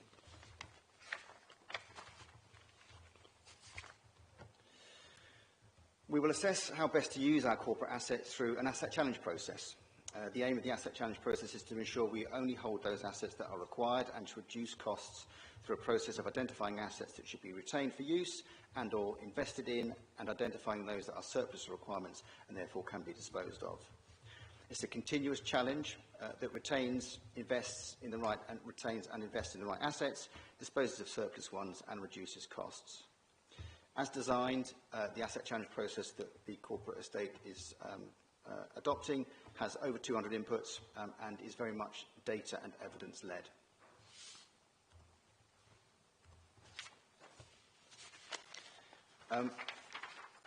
This is a plan on the page. It's actually a bit of a useful summary in many ways, and perhaps it's the go-to slide if you want a summary of the whole 23. It's a useful summary of the delivery of our policy objectives and the sorts of things that each of those key policies will deliver. I won't dwell on that either. So in terms of performance and governance, it's acknowledged that this structure is correct, but the diagram hasn't actually caught up with some of the roles in place, so you might see some reference to Pam Turton, who is no longer with the council, but the structure itself is still correct. This is the council governance structure that underpins decision-making that is not delegated decision-making that's not delegated by the stream of delegations in the Constitution. There are a series of delegations that both the head of corporate estate and the head of the commercial estate have, and those are set out in the council constitution. And then that's the final slide. So that was a bit of a canter. It just shows the forward plan. So today is obviously 3rd of February. We'll bring the plan to corporate PDS. We'll go to place shaping group tomorrow, then informal cabinet towards the end of February and March, and cabinet at the end of March. But you'll see that the plans of the asset management framework has been developed over a period of time. It's actually been developed over the course of the last 12 months, and the engagement started quite early back in July 2025. Thank you. Thanks so much, and thanks for that canter through. It's slightly short on time.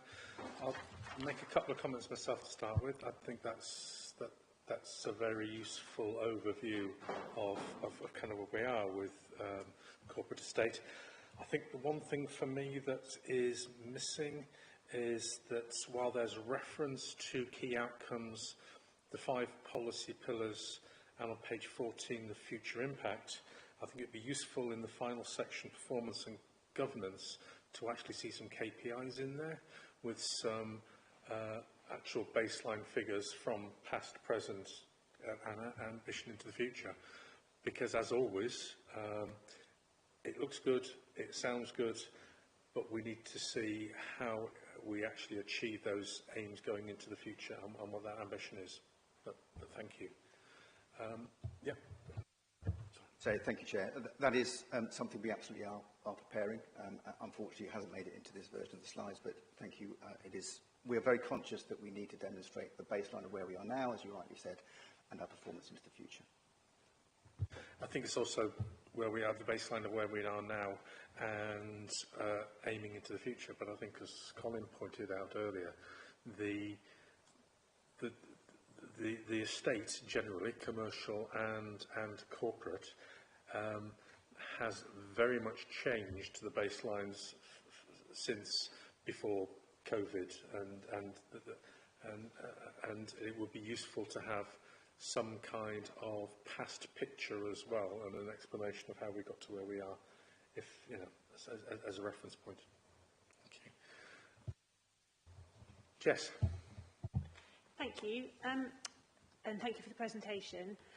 My question is about public engagement, really, and recognising that the kind of scope of services that the Council directly delivers has changed over the last decade or so. Where there are assets that could be of community value that are now being used, for example, by the third sector to deliver valuable services like art clubs or creches or different activities or potential youth work, what commitment is there for public engagement to ensure that valuable assets are not disposed of inappropriately and lost to that community sector? Is that something which could be built into this framework? And my second question is when is the action plan that will go into assets specifically, when is that going to be published? If I could just talk briefly about your first question. If there is an asset that might come into community use, then normally what happens is that community group would fill in an expression of interest, and then what the corporate estate team would consider whether there be some sort of community asset transfer, which might be mitigated rent or long lease or something like that. What's not clear to me, if I can ask Richard to answer that, is how we actually publicise that asset is becoming available, because some of the assets are known.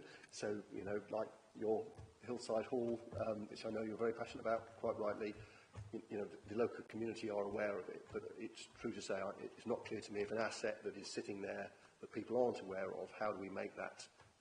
If I could just come on that, I think that's a good example for me of an asset that the local community value, but probably aren't aware is a council asset, and probably aren't aware is on a long list of difficult assets. Yes, thank you, Councillor. So I think the first point to say is that the asset challenge process, which I did canter through, so apologies for that, is the mechanism through which we will assess every asset for whether it's an asset that we want that services need to retain and we keep it, whether we invest in it, whether we bring it forward for housing delivery, whether we bring it forward for disposal. That process absolutely includes, considers, and these are kind of four core elements: retention within the council, open market disposal. This is not in any order, by the way. Open market disposal, the potential for community asset transfer, and the change of use or redevelopment. So when we review those assets, the team involved will reach out to the community to understand whether there is a request or a desire for an asset to be used, and an expression of interest to come in. So we do have a very active community asset transfer programme that we are always developing and adding to. We do speak with occupiers of corporate estate assets very regularly, and obviously there's lots of correspondence that comes in. So we're always in regular contact with those groups and able to understand whether they have a demand or a need for that type of asset. So there is the way that gets captured through the asset challenge process, but also then we trigger and fall into the community asset transfer policy. Your other question, sorry, was around delivery of the action plan. That's something we're working on at the moment, and that will be delivered in advance of the item coming forward to Cabinet.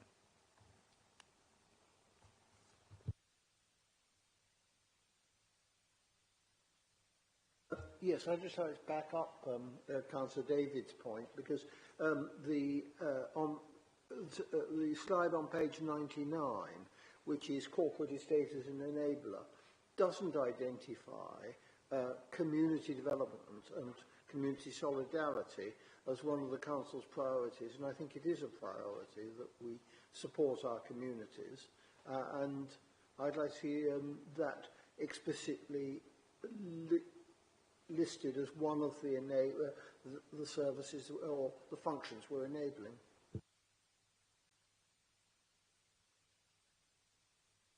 Any other questions or comments? If not, thank you for that. Thank you for that report, and yeah, we'll see that go to Cabinet in a few weeks' time. And then we come on to the Heritage Services Business Plan. Paul to introduce.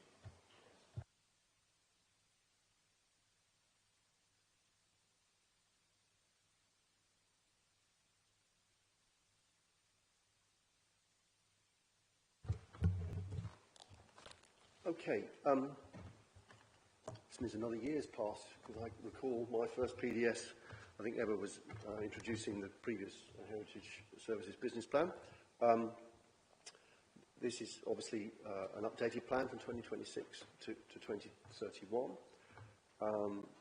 And I think it's important to remember that we tend to talk about Roma bars a lot, but it's the whole of heritage services, and that is a very wide-ranging list of assets and facilities that are looked after. So we've got the Victoria Art Gallery, the Bath Record Office, which is well worth a visit. I'd encourage you to go if you make an appointment. World Heritage Centre and the Claw Learning Centre. And of course, we're going to be adding significantly to that in the next few years with our new world-class fashion museum. Which is extremely exciting stuff.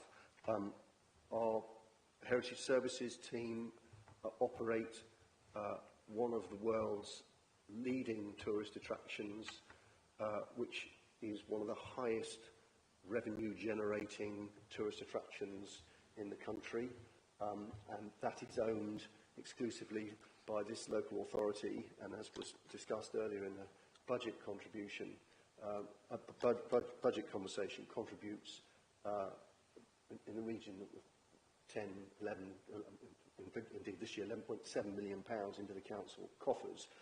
And in addition to that, the business rates, it is a fantastic, unique facility with superb financial benefits.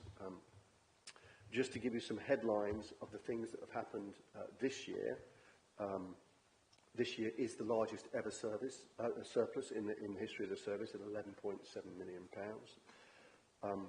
TripAdvisor, it was in the best of the best category, which puts the Roman Baths in the top 1% of visitors' attractions worldwide, which is an amazing accolade.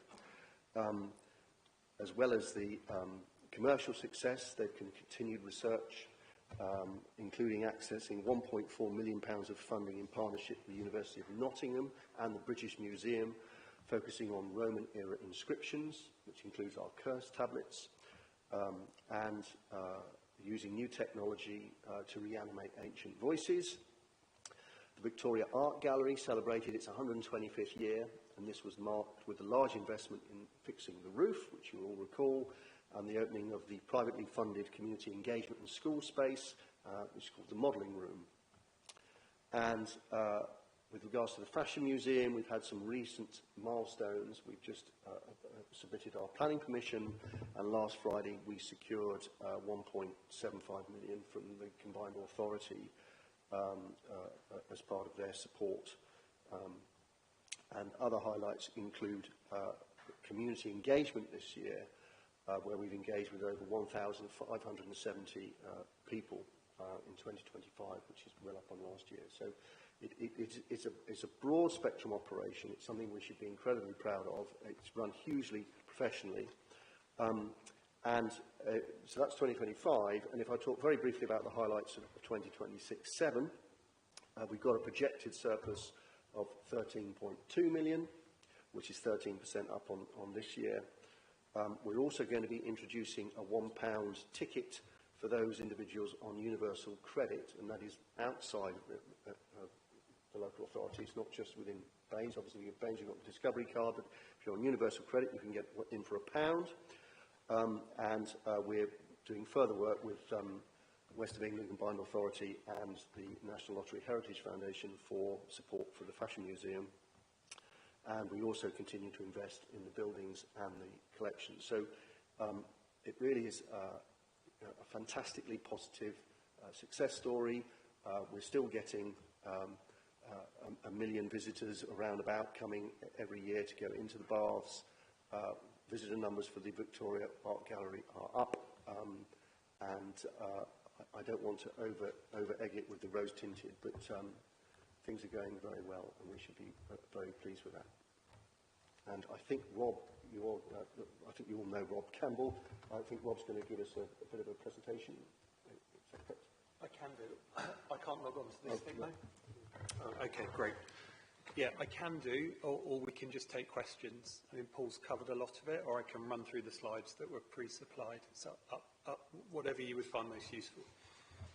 I think questions would be useful, if that's okay. I think we've had a chance to look through the presentation in the paperwork. Are there any questions before I chip in? Yes.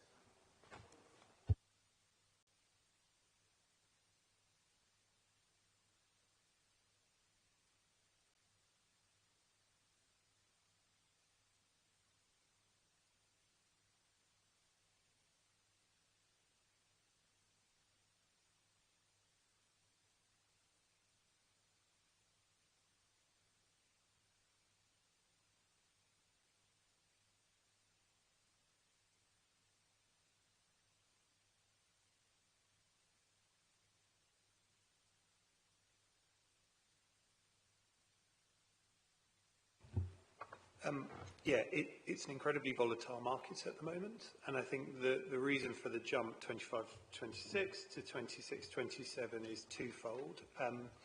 In the next financial year, we'll see 2 Easters. Easters are some of the most visited times. We'll generally do about 15,000 people over the course of an Easter bank holiday weekend. So that fits into that.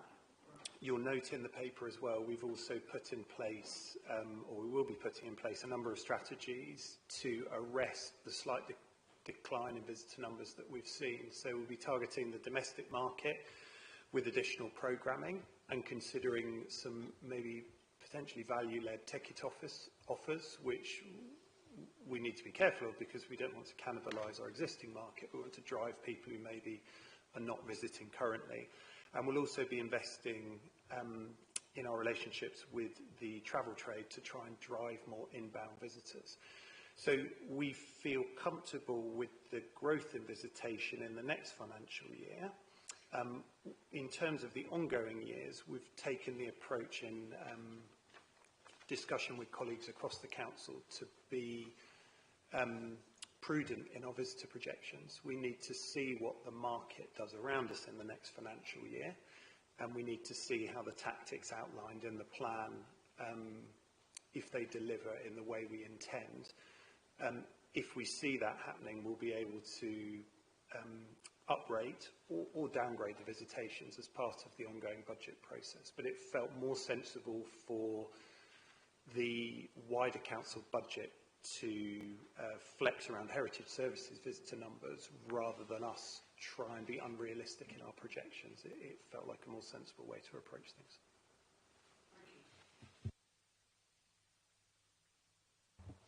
Thank you. It's a hugely positive report, and I think there's been some great initiatives in there with the summer rates, and the Victoria Art Gallery has even had a Philistine like me enjoying a visit to an art gallery, which I think is probably unheard of elsewhere. Questions I had though, Roman baths were down a bit in visitor numbers and things this year, but I'd be really interested to understand how that compares to other attractions in the UK, probably outside of London, to be fair, I guess, and whether we're making the money we expected to make per visitor. And then I've just got a follow-up question there as well around the Fashion Museum, where we're predicting that we'd have 250,000 visitors a year, and just a little bit of background in terms of how we've arrived at that figure would be really helpful as well, please. Yeah, are you comfortable if Rob addresses those, because he's all over these figures? Yeah, so you may have to remind me of your questions, but the first one was why we are slightly down this year? Yeah, well, why we're slightly down, and more of a comparison about how we're doing compared to other attractions within the UK, and whether we're taking the money we expected.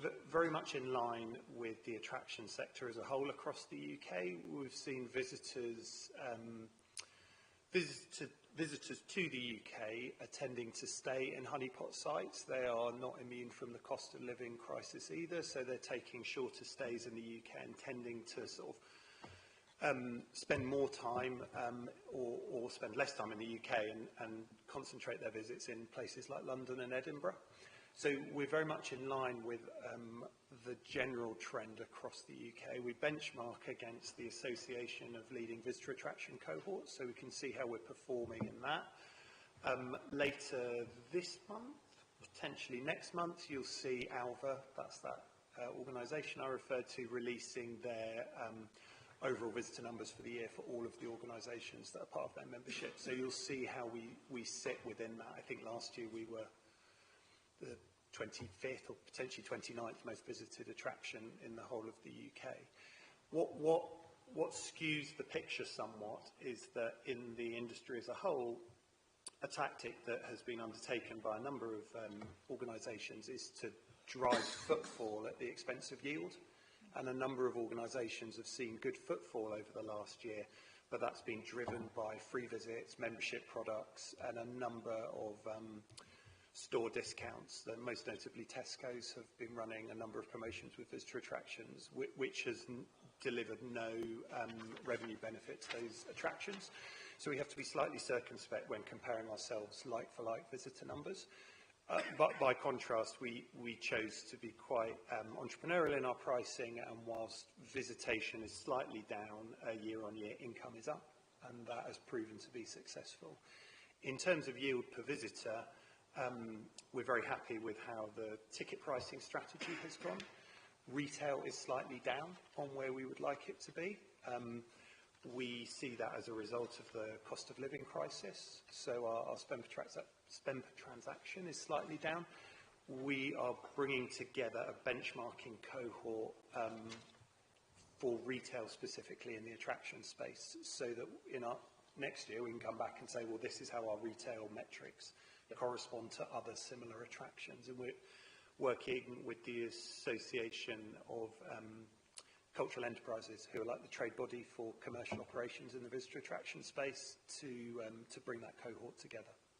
So where we see an issue, we jump on it straight away, and we're trying to get to the bottom of that. That being said, we also benchmark our efficiency against the ALVA cohort, and the Roman Bath shop is consistently first or second in spend per square metre out of the whole of the ALVA cohort. So the shop performs well. We're always looking to see if we can do better. Okay, thank you. Other questions about the visitor numbers? Yeah, so it's a slightly involved answer on this because there's a number of factors at play. I've got my notes here, Paul, that's fine.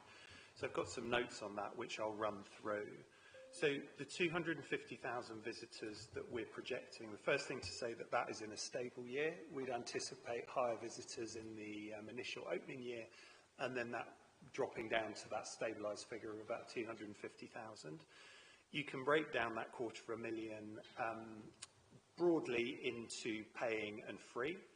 On the free side, we're looking at around 25,000 visits per year from local residents and 7,500 school visits per year. The rest is made up of paying visits, about 62,500 from domestic day trips, 80,000 domestic visitors who would be staying in Bath, and 75,000 international visitors either in Bath for the day or staying. that 250,000 figure does not take into account non-general admission users.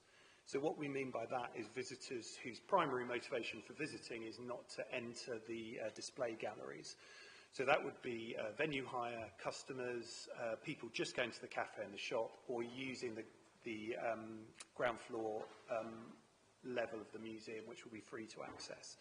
So overall users of the site will be higher than that 250,000, but we feel comfortable in terms of people who are actually getting a ticket and entering the museum.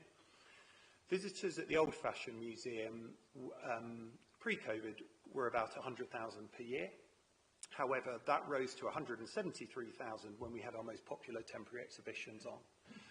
Comparing that to the new site, there are a number of factors that will contribute to higher visitor numbers that we feel. So a much improved offer.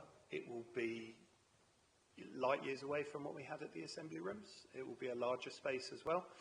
There'll be a changing offer to encourage more repeat visits. We will invest more in the marketing and it will be of a better quality. And there's also a more central location for the new museum with proximity to coach drop-off and also the other key attractions in the city, which the assembly rooms didn't afford us. And speaking to that, we think there's increased opportunities to cross-sell with the Roman baths. And of the 212,000 paying visits we estimate, we're assuming that 35% of those visitors will purchase a joint ticket. So we already hold the visitor base by which we want to deliver quite a significant amount of visitation to the museum, and that joint ticket worked quite well in the old space. Coupled with that, there are 2.39 million people within a 60-minute drive time in Bath. There are 1 million domestic and international staying visits to the city, and overall there are 5.4 million visits to the city per annum. So the reason to reel them off is that there is a large market for us to draw from, and also quite a large repeating market in that local visitor base I referenced, but also that churn in that we've got new people come to the city who will want to engage with that. The admissions price will be competitive too, so we're looking at £22 for adult admissions, and that's based on a 2026 price. It's likely to be higher in 2030, in line with inflation, but that puts us on the same level with regional comparators such as SS Great Britain, Aerospace Bristol, and the larger national trust properties. And then to put the 250,000 in context with the city as a whole, Roman Bath's around 1 million. Tinsfield, over in Bristol, big national trust property, in 2024 did 385,000. Bath Abbey does 320,000. And then you drop down to the New Fashion Museum at 250,000. 2024, Durham Park did 244,000. SS Great Britain did 126,000. And I believe that at the assembly rooms, they're looking at 140,000 paying visitors and 270,000 general admissions per year. So putting all of that together, that's how we got to that 250,000 figure, and it feels okay for where we are now. We'll continue to test all of those assumptions I've run through as we lead up to the opening day. No, thank you very much. That's, and both answers are really detailed, really great. Thank you. Okay. Thank you. Colin? Toby and then Colin. Thank you. Just a quickie on the universal credit offer. That will only apply to working age people and their children. Would it be worth having an offer for people on pension credit, for people who are on low incomes, elderly low incomes? If you're offering that, you might be able to reduce the discount on senior tickets. Potentially, it's a new venture for us, and I think we're going to start with the universal credit ticket, and we feel that the systems we've got in place now will work with that, and it's a route that other attractions such as Kew Gardens have followed, so we're looking to them for advice, but very much look to take that forward in future years if this is successful. I'd feel uncomfortable about not having an offer which is working age only in terms of age discrimination. I think looking at pension credit is more urgent than that. I'll certainly take it back to the team. We clearly don't want to discriminate against anyone. I would make the point that there's 198,000 residents in Baines who get them for free, as you know, with the Discovery card. The universal credit is an experiment for us. We're essentially testing the market with it, and we'll see how we go. But yeah, point taken, and I agree overall. We want to increase access with people who are maybe financially disadvantaged. So I'll take that back to the team and have a look at it. Thank you. Colin. Thank you, Chair. Hi, Rob. Just a few bits to go through, really. Totally appreciate your explanation in terms of visitor numbers. Obviously, that is a significant increase from our past performance at the assembly rooms, but given an understanding there. That ticket price, I'm trying to understand how that's going to feed down into revenue. Yeah, we're talking about major cities. The V&A is free. That drives traffic, and that's keeping people in particular areas. So for us to be charging that, these are sort of things that our residents need to understand in terms of a 20 million capital allocation. We've been there before in some of these capital projects, Therme Spa, which is interesting to see. We've got £20,000 to maintain their water supply pump. I don't know why we're paying that. But anyway, Cleveland Pools, people are still smarting with that particular issue. So where do we see that coming down in terms of revenue?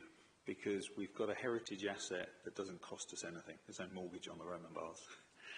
But we're going to put a significant amount of our residents' money into this. So where do you see that break-even line?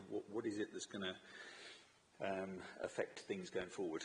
And the broader picture to that is seeing your growth in numbers. What headwinds do you see, or crosswinds, potentially in the next 12 to 24 months? Appreciating your comments about the Chinese market and those different cost of living impacts. Yes, so in terms of the Fashion Museum, we've got a comprehensive business case that we've been working on as part of our National Lottery Heritage Fund submission, and also in our conversations with the Combined Authority, and also in terms of the quality assurance process that the Council is going through to make sure that, like you say, we are creating a very successful visitor attraction and not one that will disbenefit residents at all. In terms of the visitor mix that I've described, again, there's a huge amount of work that sits behind that, but ultimately the ticket income derived from those visitor numbers will be around 3.287 million per annum in a stable year. So that is one of the income streams that will be derived from the new museum. Overall, the museum will operate at a surplus.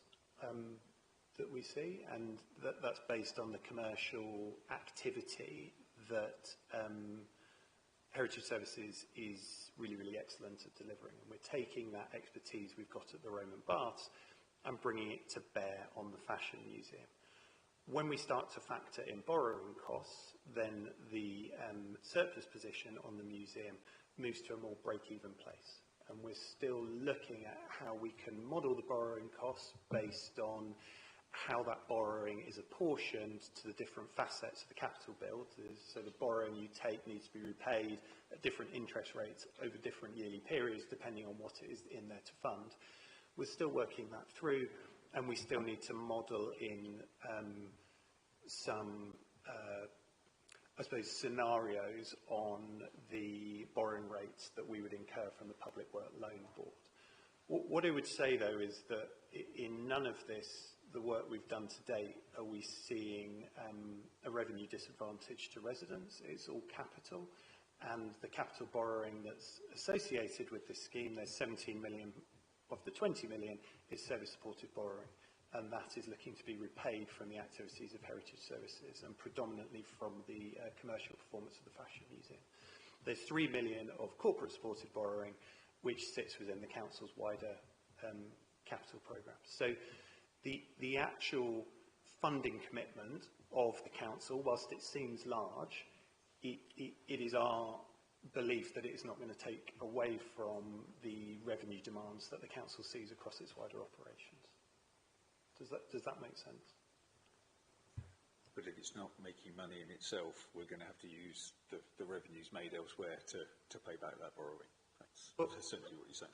Possibly, we need to do more work at the business case at the moment. We're 5 years out from opening, but we see a viable offer there with an incredibly successful commercial component, as you'd expect from heritage services. What I would also say is that council is investing in a cultural asset, and the benefits from that cultural asset are more than the profit and loss derived from that asset. So there is a much wider set of economic benefits and health and wellbeing benefits that will be derived from the council's investment in the site.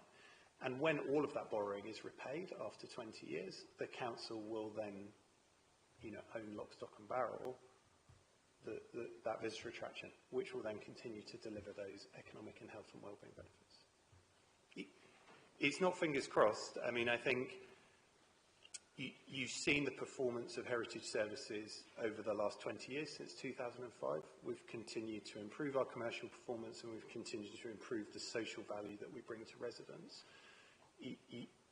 Whenever you're making a big investment in anything, there's an element of risk involved, and the de-risking is the track record that this service has over multiple decades in delivering commercial and social value to residents. So we go with our eyes open, but we are confident in what we say we can achieve. And there was a question on headwinds. Yeah, multiple. So destabilising global economy would impact inbound visitation, and we only need to see a small drop in visitation at the Roman baths to have a substantial revenue implication. So it's why we are concerned about things like flight prices between here and America going up due to the World Cup, or things like that. Global political instability will also hit the inbound market, and continued cost of living pressures in the UK mean people will watch their pounds and pence even more. And that is why we have to work harder and harder to ensure that visitors see the value in a visit to the Roman baths. And it goes back to those strategic measures we'll be taking over the next financial year to drive domestic and inbound visitation. So the headwinds are similar as they were in the last business plan, and we feel we're doing what we can to combat them. If I may add, we are hugely helped by the fact that we were in the New York Times, one of the top cities to visit in the world, in January last year, and also in the Condé Nast list of one of the best places to visit in Britain. And we also had the Jane Austen 250th anniversary, and I'm confident the level of publicity. I'm not sure there weren't some disparaging comments about the value of the tourist pound in this authority. I value the food and beverage sector, restaurant sector and the tourist sector very highly. It's going to drive a lot of people to our city in 2026. I'm confident the numbers will be good.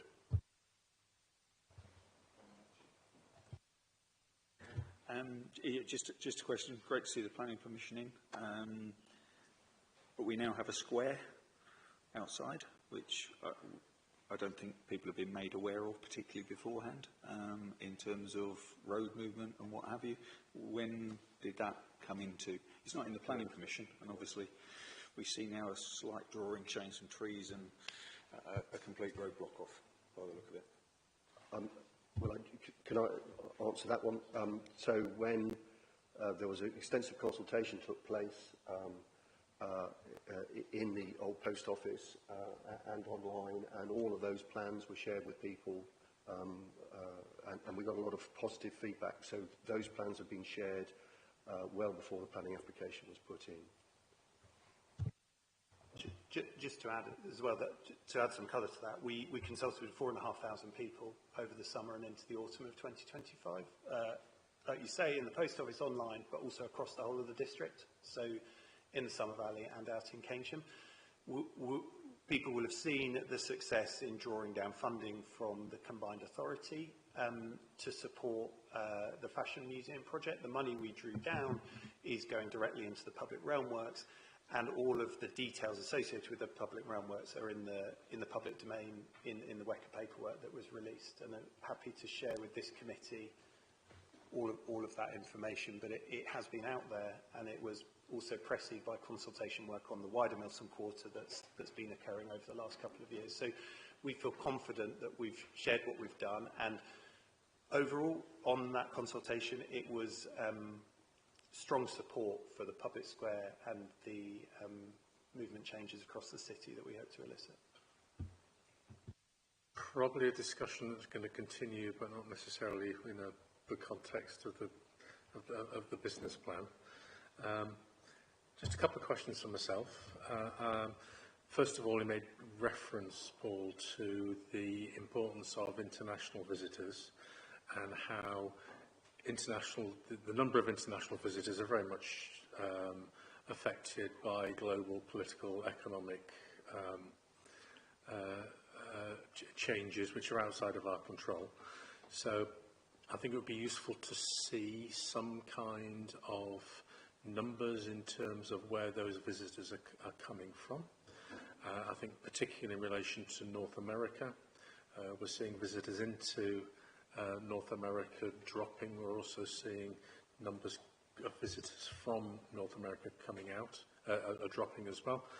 I appreciate that's going to be a difficult number to collate. I understand a lot of United States residents are rebranding themselves as Canadians when they come across to Europe. Second question is about reference to a potential tourism levy, because that will have, well, it'll be claimed there will be a big impact on the number of visitors coming to stay in Bath, potentially Bath and North East Somerset. I think it's important to reference it as well, because we know that that levy will be collected by the West of England Combined Authority, and although discussions are positive about how that should be used to mitigate, we know that the West of England Combined Authority quite rightly will expect a business case for where that money should go and how it should be used. And I'd suggest supporting heritage services and improving heritage services could be part of that ask.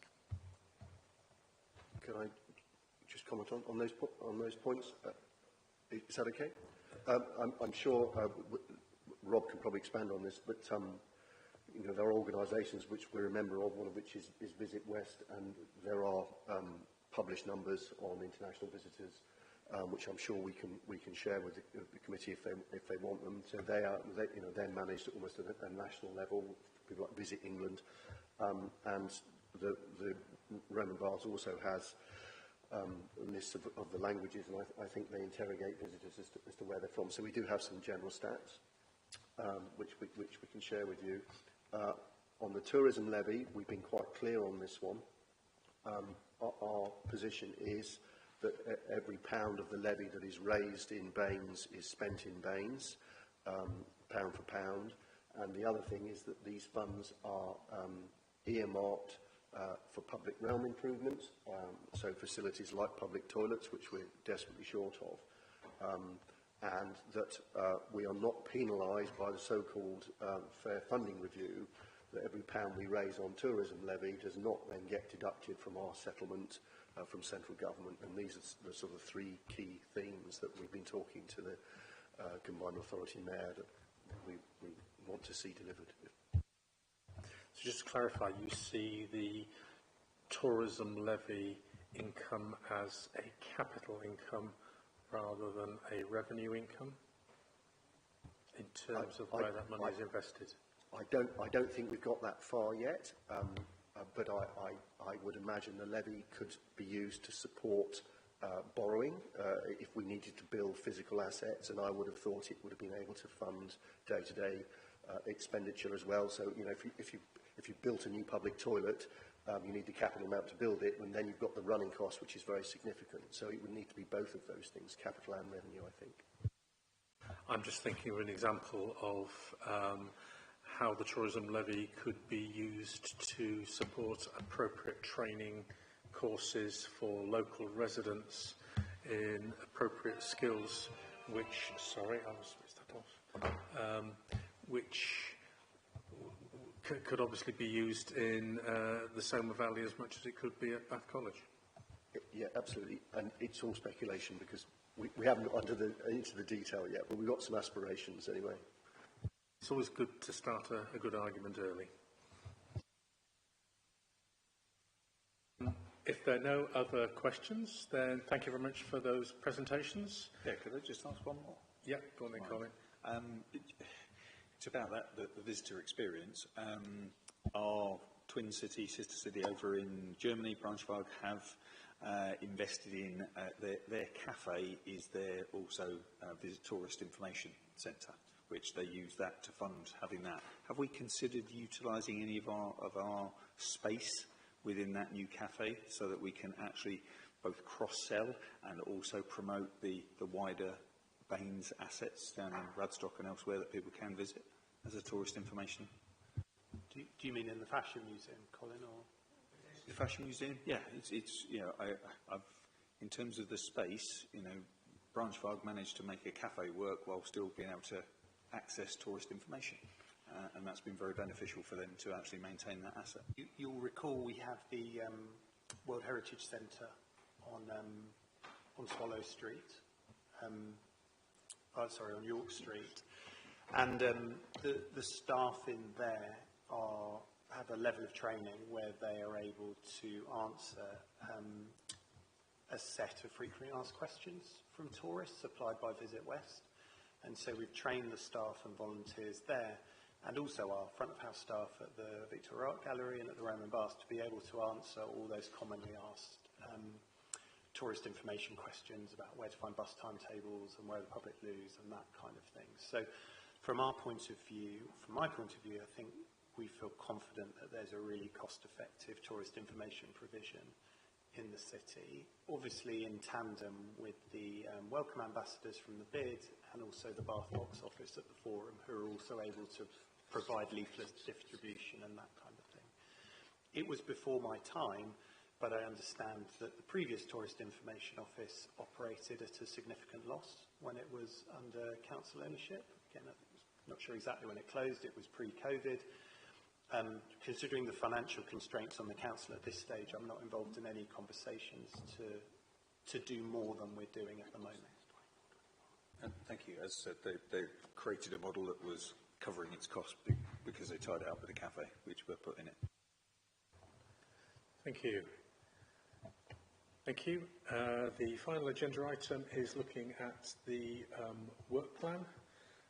As I said just before the meeting, and I think as a consequence of the budget discussion, I think we need to have a discussion about budget consultation towards the end of this year for next year's budget, largely around what questions do we want to ask and what information do we need. So I'd hope that will be included later in the year. Are there any other Malcolm? Yeah, I'd support the budget consultation questions, but I'd have thought if we want to go and get that in place, we probably want to be doing that midsummer so that people are there and doing that when they're producing their stuff.